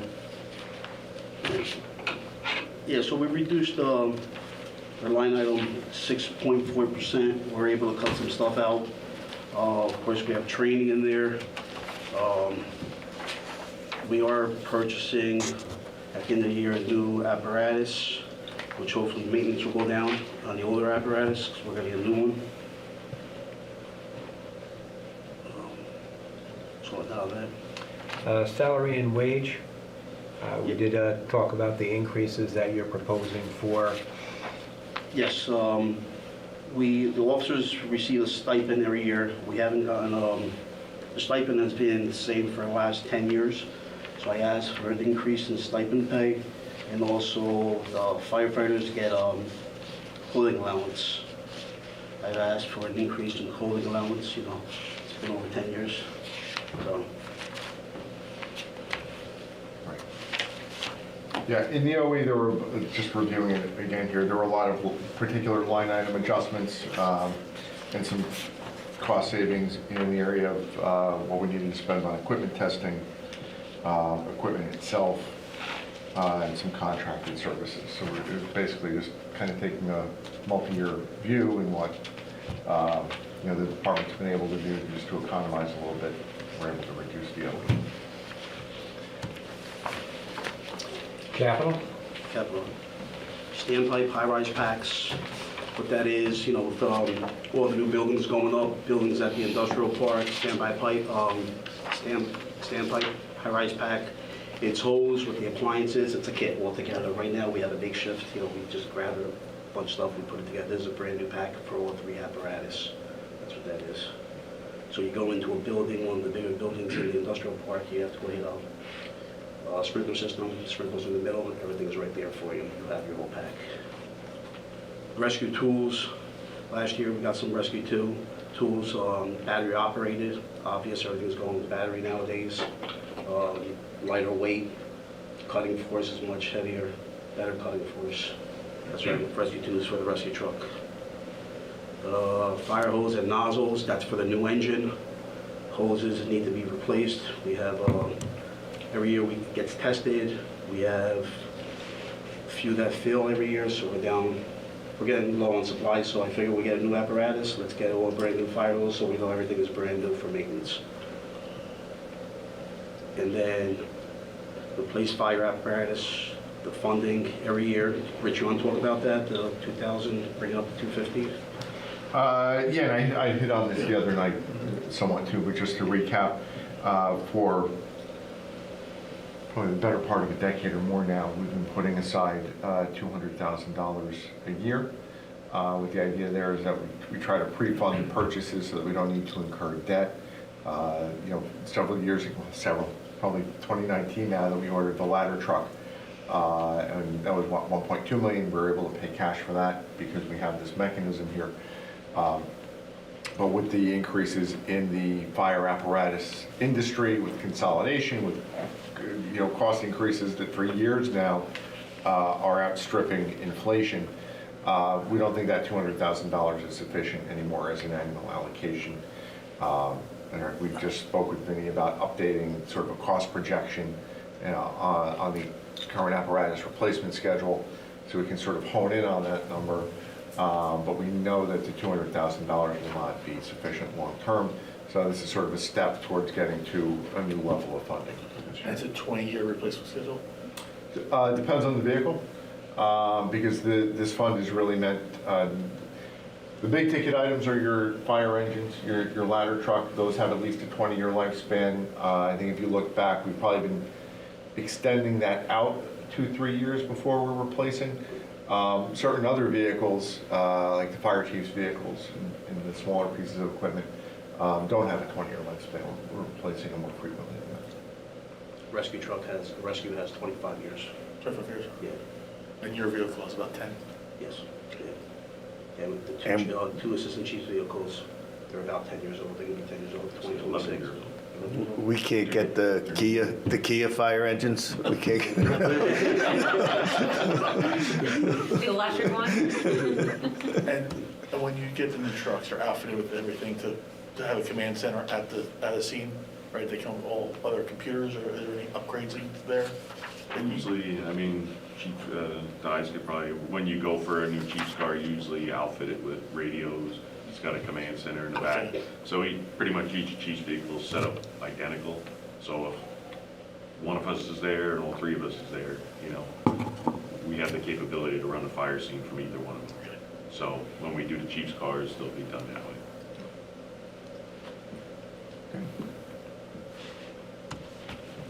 That's it. Any questions? No. Okay. Okay. Good. Thank you very much. Thank you. Thank you guys for everything you Appreciate do. everything you did. Thank you. No, that's fine. I told you that's I did it by heart. I've told you this several times.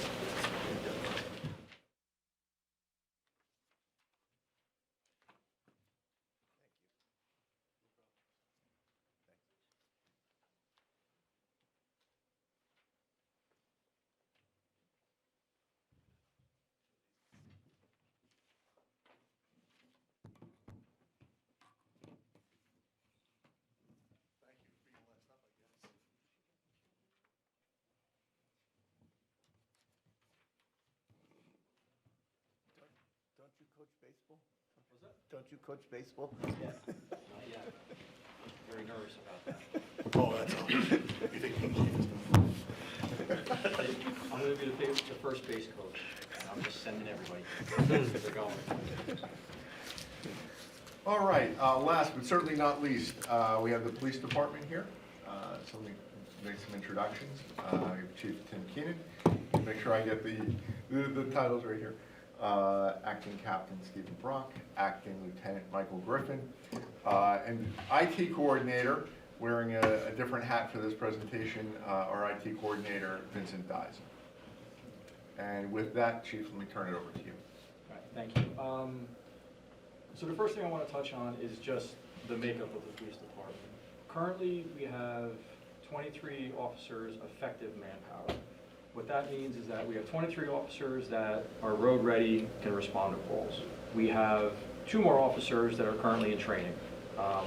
One is finishing up FTO. He should be done in about a month, so he'll count, so we'll be up to 24. And then the other one won't be ready probably until February or March of next year. That's the gentleman that was just hired that's going to go to the academy in May in Passaic County.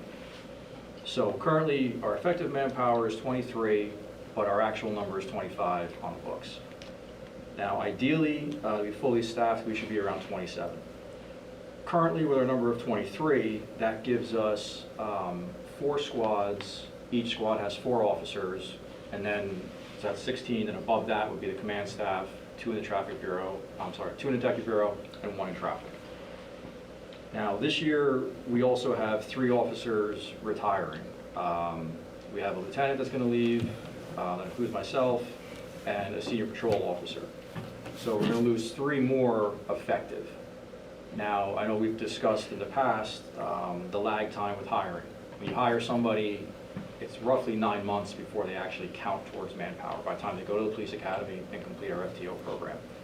So that's something that we should certainly discuss for the rest of the year, for the summer academy coming up in Bergen County.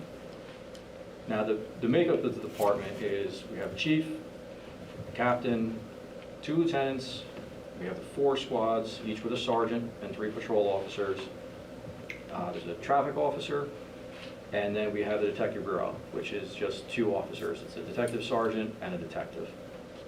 Now, I'll just touch on some of their responsibilities. The captain primarily, I'm just kind of little clip notes here. The captain does scheduling. He oversees all training, scheduling training classes. He also oversees the PTC licensing. Last year was the first year the police officers had to be licensed in the state of New Jersey, similar to doctors and nurses. So there's training involved in that. You have to go for recertification every 3 years. Background checks have to be done on us every 3 years internally to maintain our licensing. He's also the public information officer, and he oversees the 6 SLEO officers we have in the schools. The 5 for open public schools, and then the 1 up at the high school. The 2 lieutenants, the admin lieutenant, he oversees records and OPRA, oversees the detective bureau, and communications, which is the dispatch center. The patrol lieutenant, he's the patrol commander. He's the lucky one who gets to read every single report that comes in, has to review it. He's also the IA supervisor, and he oversees the traffic bureau, and he's also our accreditation manager. As you guys know, we're accredited. There's a lot of policies and procedures involved. You have to maintain accreditation every 3 years. That involves pulling what we call proofs that we're following all these different guidelines. An example would be if you respond to a fire call and we put out flares and cones and all this other stuff, we pull that report, he uploads it into the system to show we're doing what we're supposed to be doing and following our procedures. Things that we're prioritizing for 2026 is we want to improve the pedestrian safety within the downtown section of Oakland. What we're planning on doing is increasing the safety details, also trying to improve signage and the infrastructure itself. Late last year, we sent our traffic officer a special class to do crosswalk enforcement. That's something that we can do now that the weather's picking up and more people are out. We're going to do it during the afternoon rush when school lets out. We also need to continue hiring new officers in anticipation of retirements and also any kind of potential increase in population in the borough. We want to be able to respond accordingly to it. Right now, we're towards the low end of where we should be, so we do need to consider hiring more for the future. One of the things that we started working on last year and that Acting Lieutenant Griffin has kind of taken over is he also oversees the FTO program. He's coming up with a regimen for newer officers. Just because you graduate the academy and you make it through FTO, there's still a lot to learn in this job. So what we're doing is we're kind of making our own internal curriculum of classes we want to send them to, which I'll touch on later when I hit you up for an increased budget for training and costs associated with that. And the last thing is we've been trying to increase the social media presence for the police department with faster real-time updates as far as road closures go. Anything the public needs to know. I know last night we put out that Newark court scam that was going around, and apparently everybody's been hit with that in New Jersey. Apparently. Yeah, it's a good one. It looks legit when you first get it. So those are things we're trying to work on. Now, there's always going to be a lag with these social media posts because we have to have scene safety, take care of what's going on first before someone can go ahead and type something up. But with that, what I'm going to do is I'm going to turn it over to Acting Captain Brock. He's going to talk about what we actually do, calls for service, and kind of break it down for you. You know, I know it's a late night, so not to spend too much time on it. We've discussed a lot of it already. But I just want to take a few minutes to summarize and highlight the Oakland Police Department. We are a full service, obviously 24/7 agency, which is responsible for protecting our residents, businesses, and visitors. Our role extends well beyond traditional law enforcement. We provide emergency response, investigation, school safety, community outreach, and a wide range of administrative and regulatory functions. At its core, we ensure public safety through continuous patrol and rapid response to all calls for service. Our officers enforce criminal, traffic, and local borough ordinance laws and conduct investigations from initial response through case closure, which Lieutenant Griffin will speak about very soon. This includes handling serious incidents such as domestic violence, missing persons, and emergencies involving vulnerable individuals. We also work closely with Bergen County Prosecutor's Office and other neighboring towns, providing mutual aid and supporting regional public safety efforts. In addition, our officers handle court security, warrant service, and prisoner processing. If you should go to the next one. A key part of our mission is prevention and community engagement. We maintain strong partnership with our schools, where we oversee crossing guards and supervise Class 3 officers, like the Chief discussed. We assist with school safety planning and emergency preparedness. We have a great rapport with Indian Hills High School and the elementary schools, while also supporting the youth programs that we do, like the Junior Police Academy, and we're involved with Safety Town. Beyond enforcement, the department plays a critical role in emergency services. We coordinate the dispatch of police, fire, EMS, and emergency management resources, and support the borough during storms, power outages, and other critical incidents. Our officers also provide day-to-day assistance to all residents, including welfare checks, crisis intervention, and safety services. Community policing remains our priority, which the chief went into right away. We're trying to use outreach programs, public events, and education initiatives so we can continue to build a strong relationship with the community, which is important to us going into 2026. We also address ongoing public health concerns, including overdose response and referrals to many available resources. And we've also just started tied in with the county with the Arrive Together program, where we're in contract with CBH Care, who provide continued resources to individuals post our interaction with them. So basically, we refer them to this service. They're trying to do follow-up so that we're not continuously going to these same calls. And it's not necessarily just emotionally disturbed individuals, it's people who are elderly, can't take care of themselves, and this service provides a ton of resources, and they continue to follow up after the fact. And then just that last slide. And then behind the scenes, which is the admin and inside work, the department manages a significant number of administrative and compliance responsibilities. These include background investigations, regulatory enforcement, and strict reporting requirements mandated by the state and county.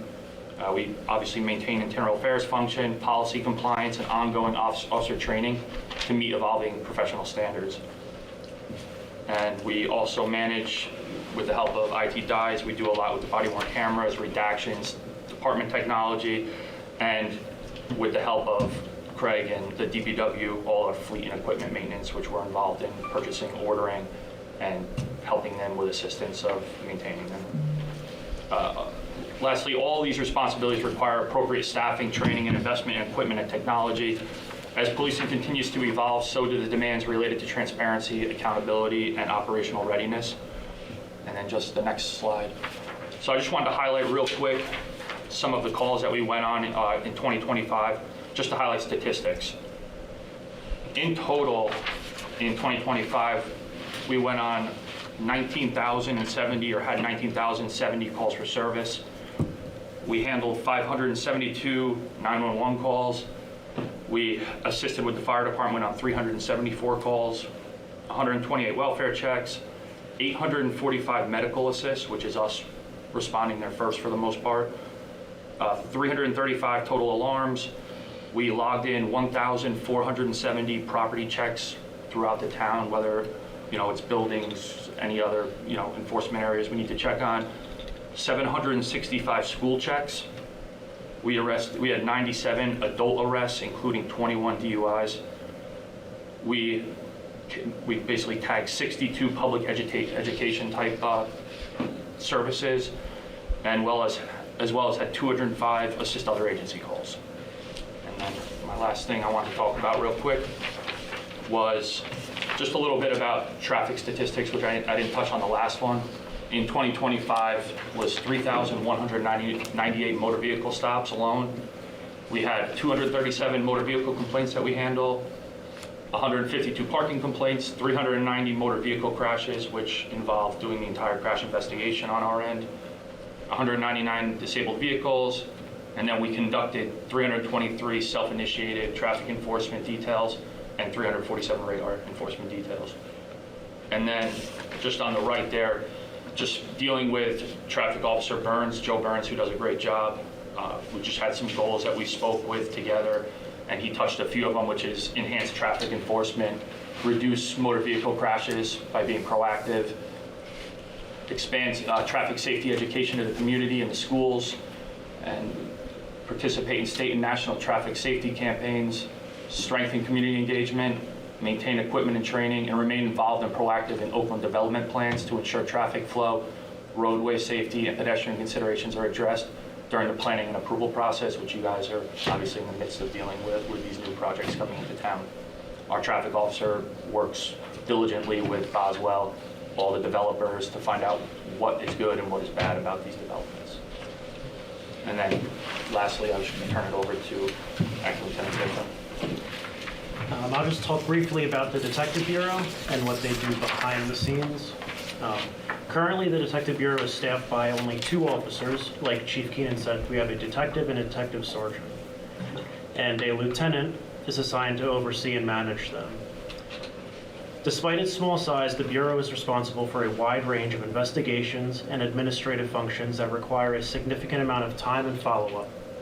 Last year, in 2025, I acted as the detective sergeant. Now, as patrol lieutenant, and this temporary time of turnover that we have, I'm also overseeing the Detective Bureau. In 2025, the Bureau handled 53 financial crime investigations, along with 82 other detective-type investigations outside of financial crimes. Financial investigations, in particular, are often time-intensive.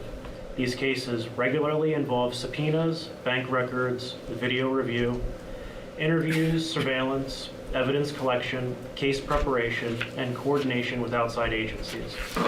Based on our estimates, financial crime investigations alone accounted for 10 to 33 hours on average per week. In addition to criminal investigations, the Detective Bureau is also responsible for firearms application processing. In 2025, that included 200 firearms applications, 64 concealed carry applications, and 201 executed pistol permits. That workload required an estimated 9 to 18 hours per week. Even tasks that may appear routine, such as permit execution, require time for review, processing, contact with applicants, and final documentation. The Bureau also conducts police applicant background investigations. In 2025, we conducted 2 background investigation processes for academy hiring, involving multiple applicants.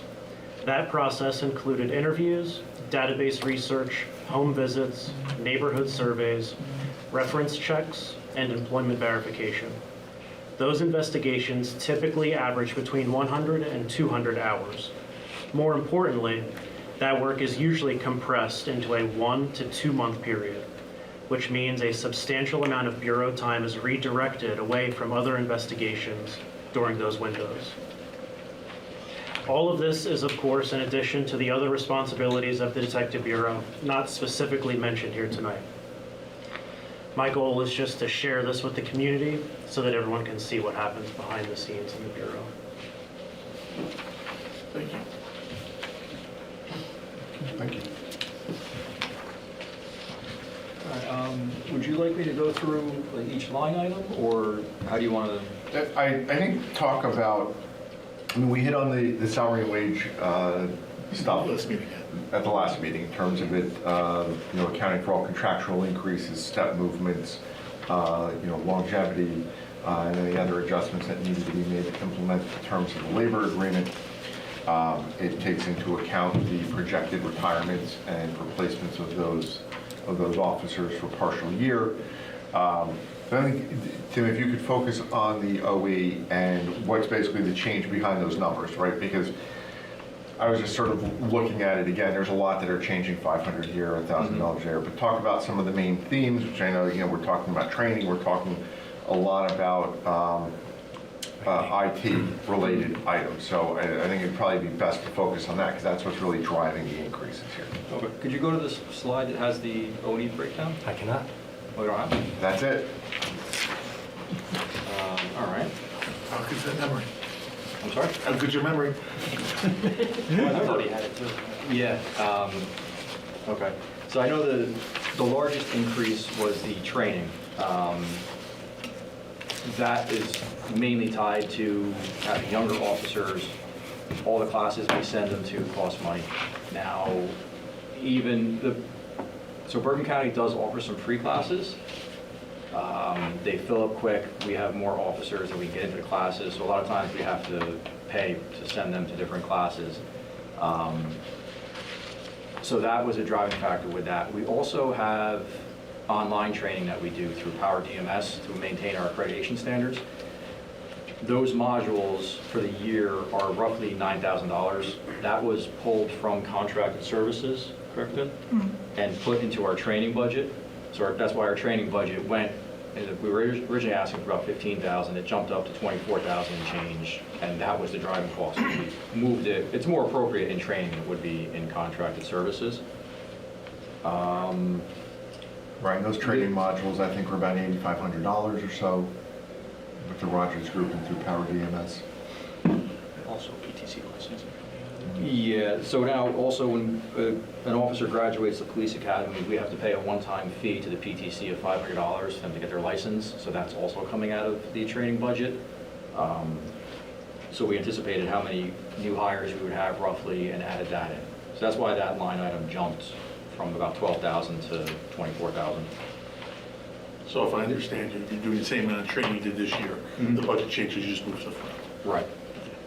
Well, we were adding into, basically, part of what he's referring to is an internal discussion over where those extra training costs should be reflected in the individual line items. And a lot of that was pulled out of where it would, because it's computer-related items, we pulled it out of contracted services. We're showing it more directly internally within the training line item for this department, because it's a training expense. I think that's really what he's getting at. Overall training costs, when you sort of take that into account, are up rather substantially to invest in the officers' development. And one of the influences also is we have our own armors for each weapon platform. So for the handgun, for the rifle, for the carbines, for the shotguns, you can't have just anybody take them apart. And we can all do basic cleaning, but you have to do like an armorer's cleaning on them if something goes wrong.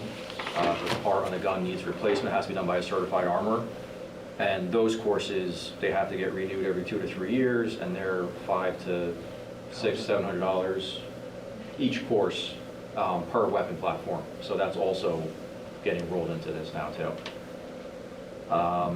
There weren't any other major increases in O&E. We did a plus or minus $500 for the most of them. I know the guns and ammo increased $1,000 up to $10,000. That's the cost of ammunition. There's nothing we can do about that. We have to qualify twice a year. At a minimum, each officer is going to fire 200 rounds just for the handgun alone. So multiply that times each officer twice a year, and that's not even counting duty ammo. So those are really the only big jumps in O&E. Contracted services, Ben, you want to touch on that a little bit? Because I know that's a large item. Sure. That is really all about compliancy. We get audited from the state police every 2 years to be CJIS compliant, and they called out a couple things that had to change, and that is reflected in this in services that we had to purchase. You can't buy any service today, and once you buy it, you're paying for it for the rest of your life. So it's pretty much a service that once we started it, it's every year, it's the same money. They always go up. It's a big business in the computer world.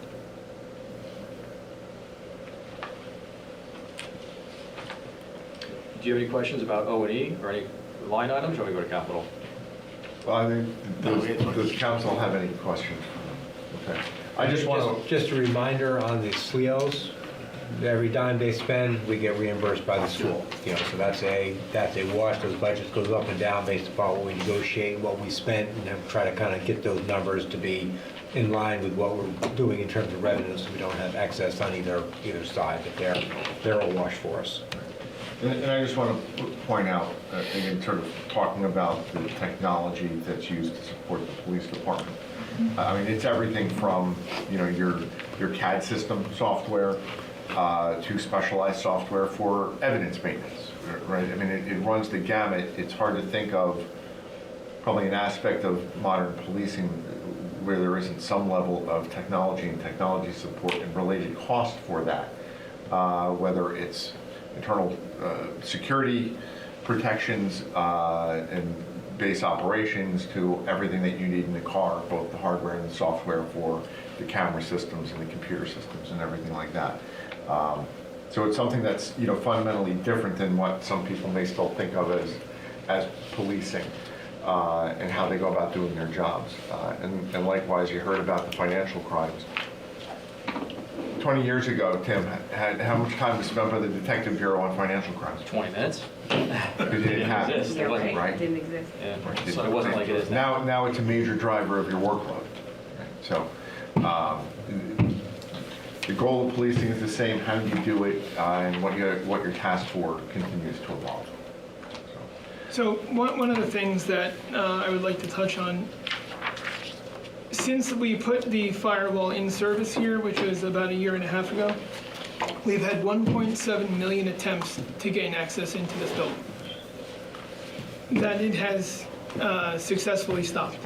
We've had 48,000 botnet attacks into the building that it has successfully stopped. So all of this stuff is a constant 24-hour, 7-day-a-week, just getting rid of the intrusions that come in.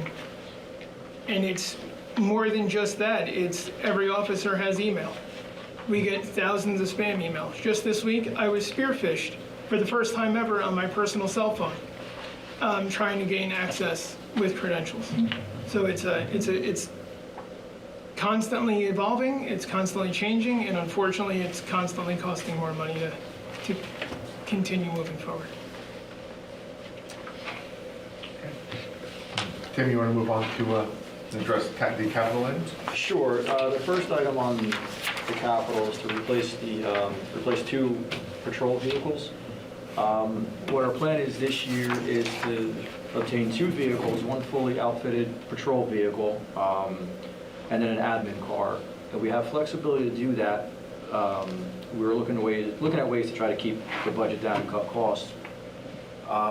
We have the Charger, which is 6 years old, but only has about 30,000 miles on it. It's a great opportunity that we can make that vehicle an unmarked enforcement car.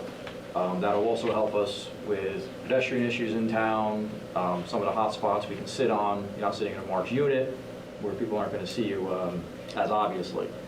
So what we can do is we can buy 1 fully outfitted patrol car and then 1 admin vehicle, and only have to buy some equipment to, I won't even say retrofit, but to add to the Charger to make that road ready for patrol work. So that's a way we can kind of keep the cost down also. Vinny did some legwork and found another outfitter that's cheaper, or I shouldn't say cheaper, less expensive than who we were using before. Much faster turnaround time. We were having issues with vehicles not coming back for 10 months, I think, right? Yeah, they had Roughly. one for a year. Which we can't have a new car sitting at the outfitter for a year. The turnaround time at this other location is a matter of weeks. And they're also less expensive, and the equipment is about the same cost as the other place. So when you factor those 2 in, we're actually asking for less than we did last year for the vehicles. The next item is the mobile data terminal replacements. Those are the laptops that go into cars. You would think laptops aren't all that expensive, but for the technology horsepower, I guess they need. Well, I'm not a tech guy, so. Yeah, it's a very specialized tablet that sits in that vehicle that's ruggedized. It can, go through extremes in temperature. It has scanners on it for licenses, so those things, tend to jack up the price. So we can swipe the driver's license and start issuing those tickets out. The next item is replacing some of the exterior cameras on the building for security purposes. I'd rather not go into too much detail in public setting, but it's due for them to get replaced. They're motion activated. We'd like something that's going to be a little bit more reliable with better picture quality. And then the last item is a replacement.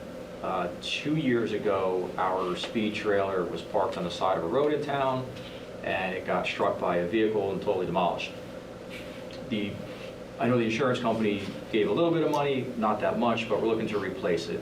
With a new speed sign, it allows us to deploy it wherever we get the speeding complaints. It'll show the driver their speed in real time, but it also logs all the data. It logs the amount of cars, date, time, average speeds, all that kind of stuff. So we can determine if there is an actual speeding issue in that location or if it's just perceived at that point.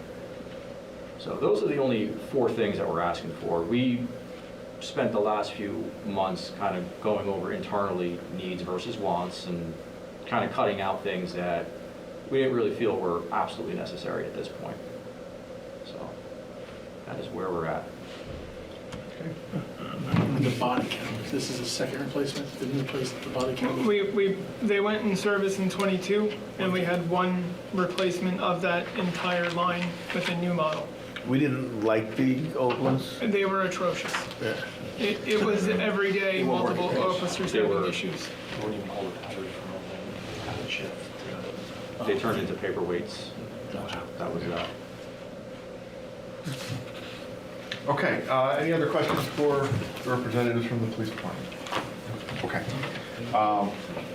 Guys, thank you very, very much. Thank you so much. Appreciate your time. Thank you, guys. Thank you for hanging in there and watching the other department's presentation. Churchill, they told us we were. Next time we do this, you can go first. Yeah, I think he told us. You know? He said that to everybody. You were witness to that, to make sure we're here on time. All right.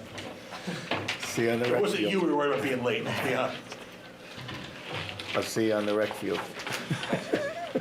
Thank you so much. Yeah, I gotta do it online, I think, Yes. next Wednesday night or something? Yeah, That safety course? yeah. And that's a full 2 hours, full 3 hours, just so you know. It's online now? Because I had to go on You purpose. can do it in person, but they have an online one, which works much better Yeah. with my schedule. It's like 6:30, 8:30 at night, so I'll get that done. All right. All right. Okay. Well, Thank you, Chief. Thank you.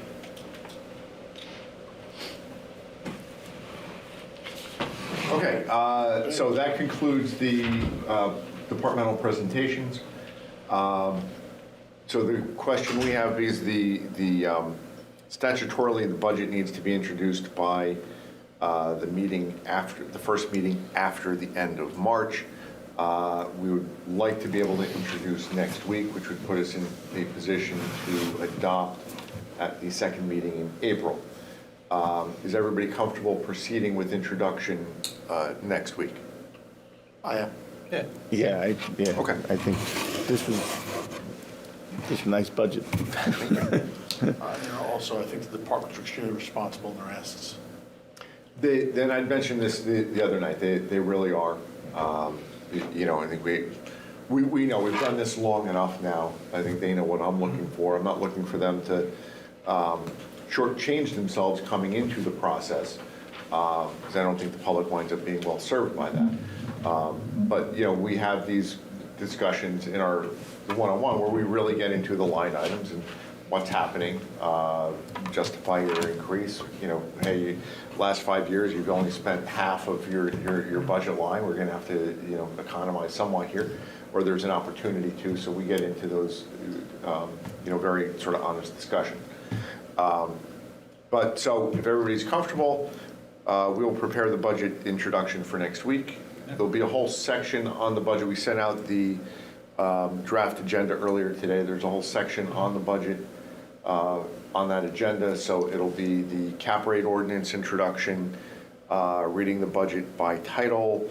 We're self-examined this year. We are. Right, so there's a resolution examinable Self-examination, yep. for that, and there's also a required EEOC compliance resolution, which you may say, what does that have to do with the budget? Absolutely nothing.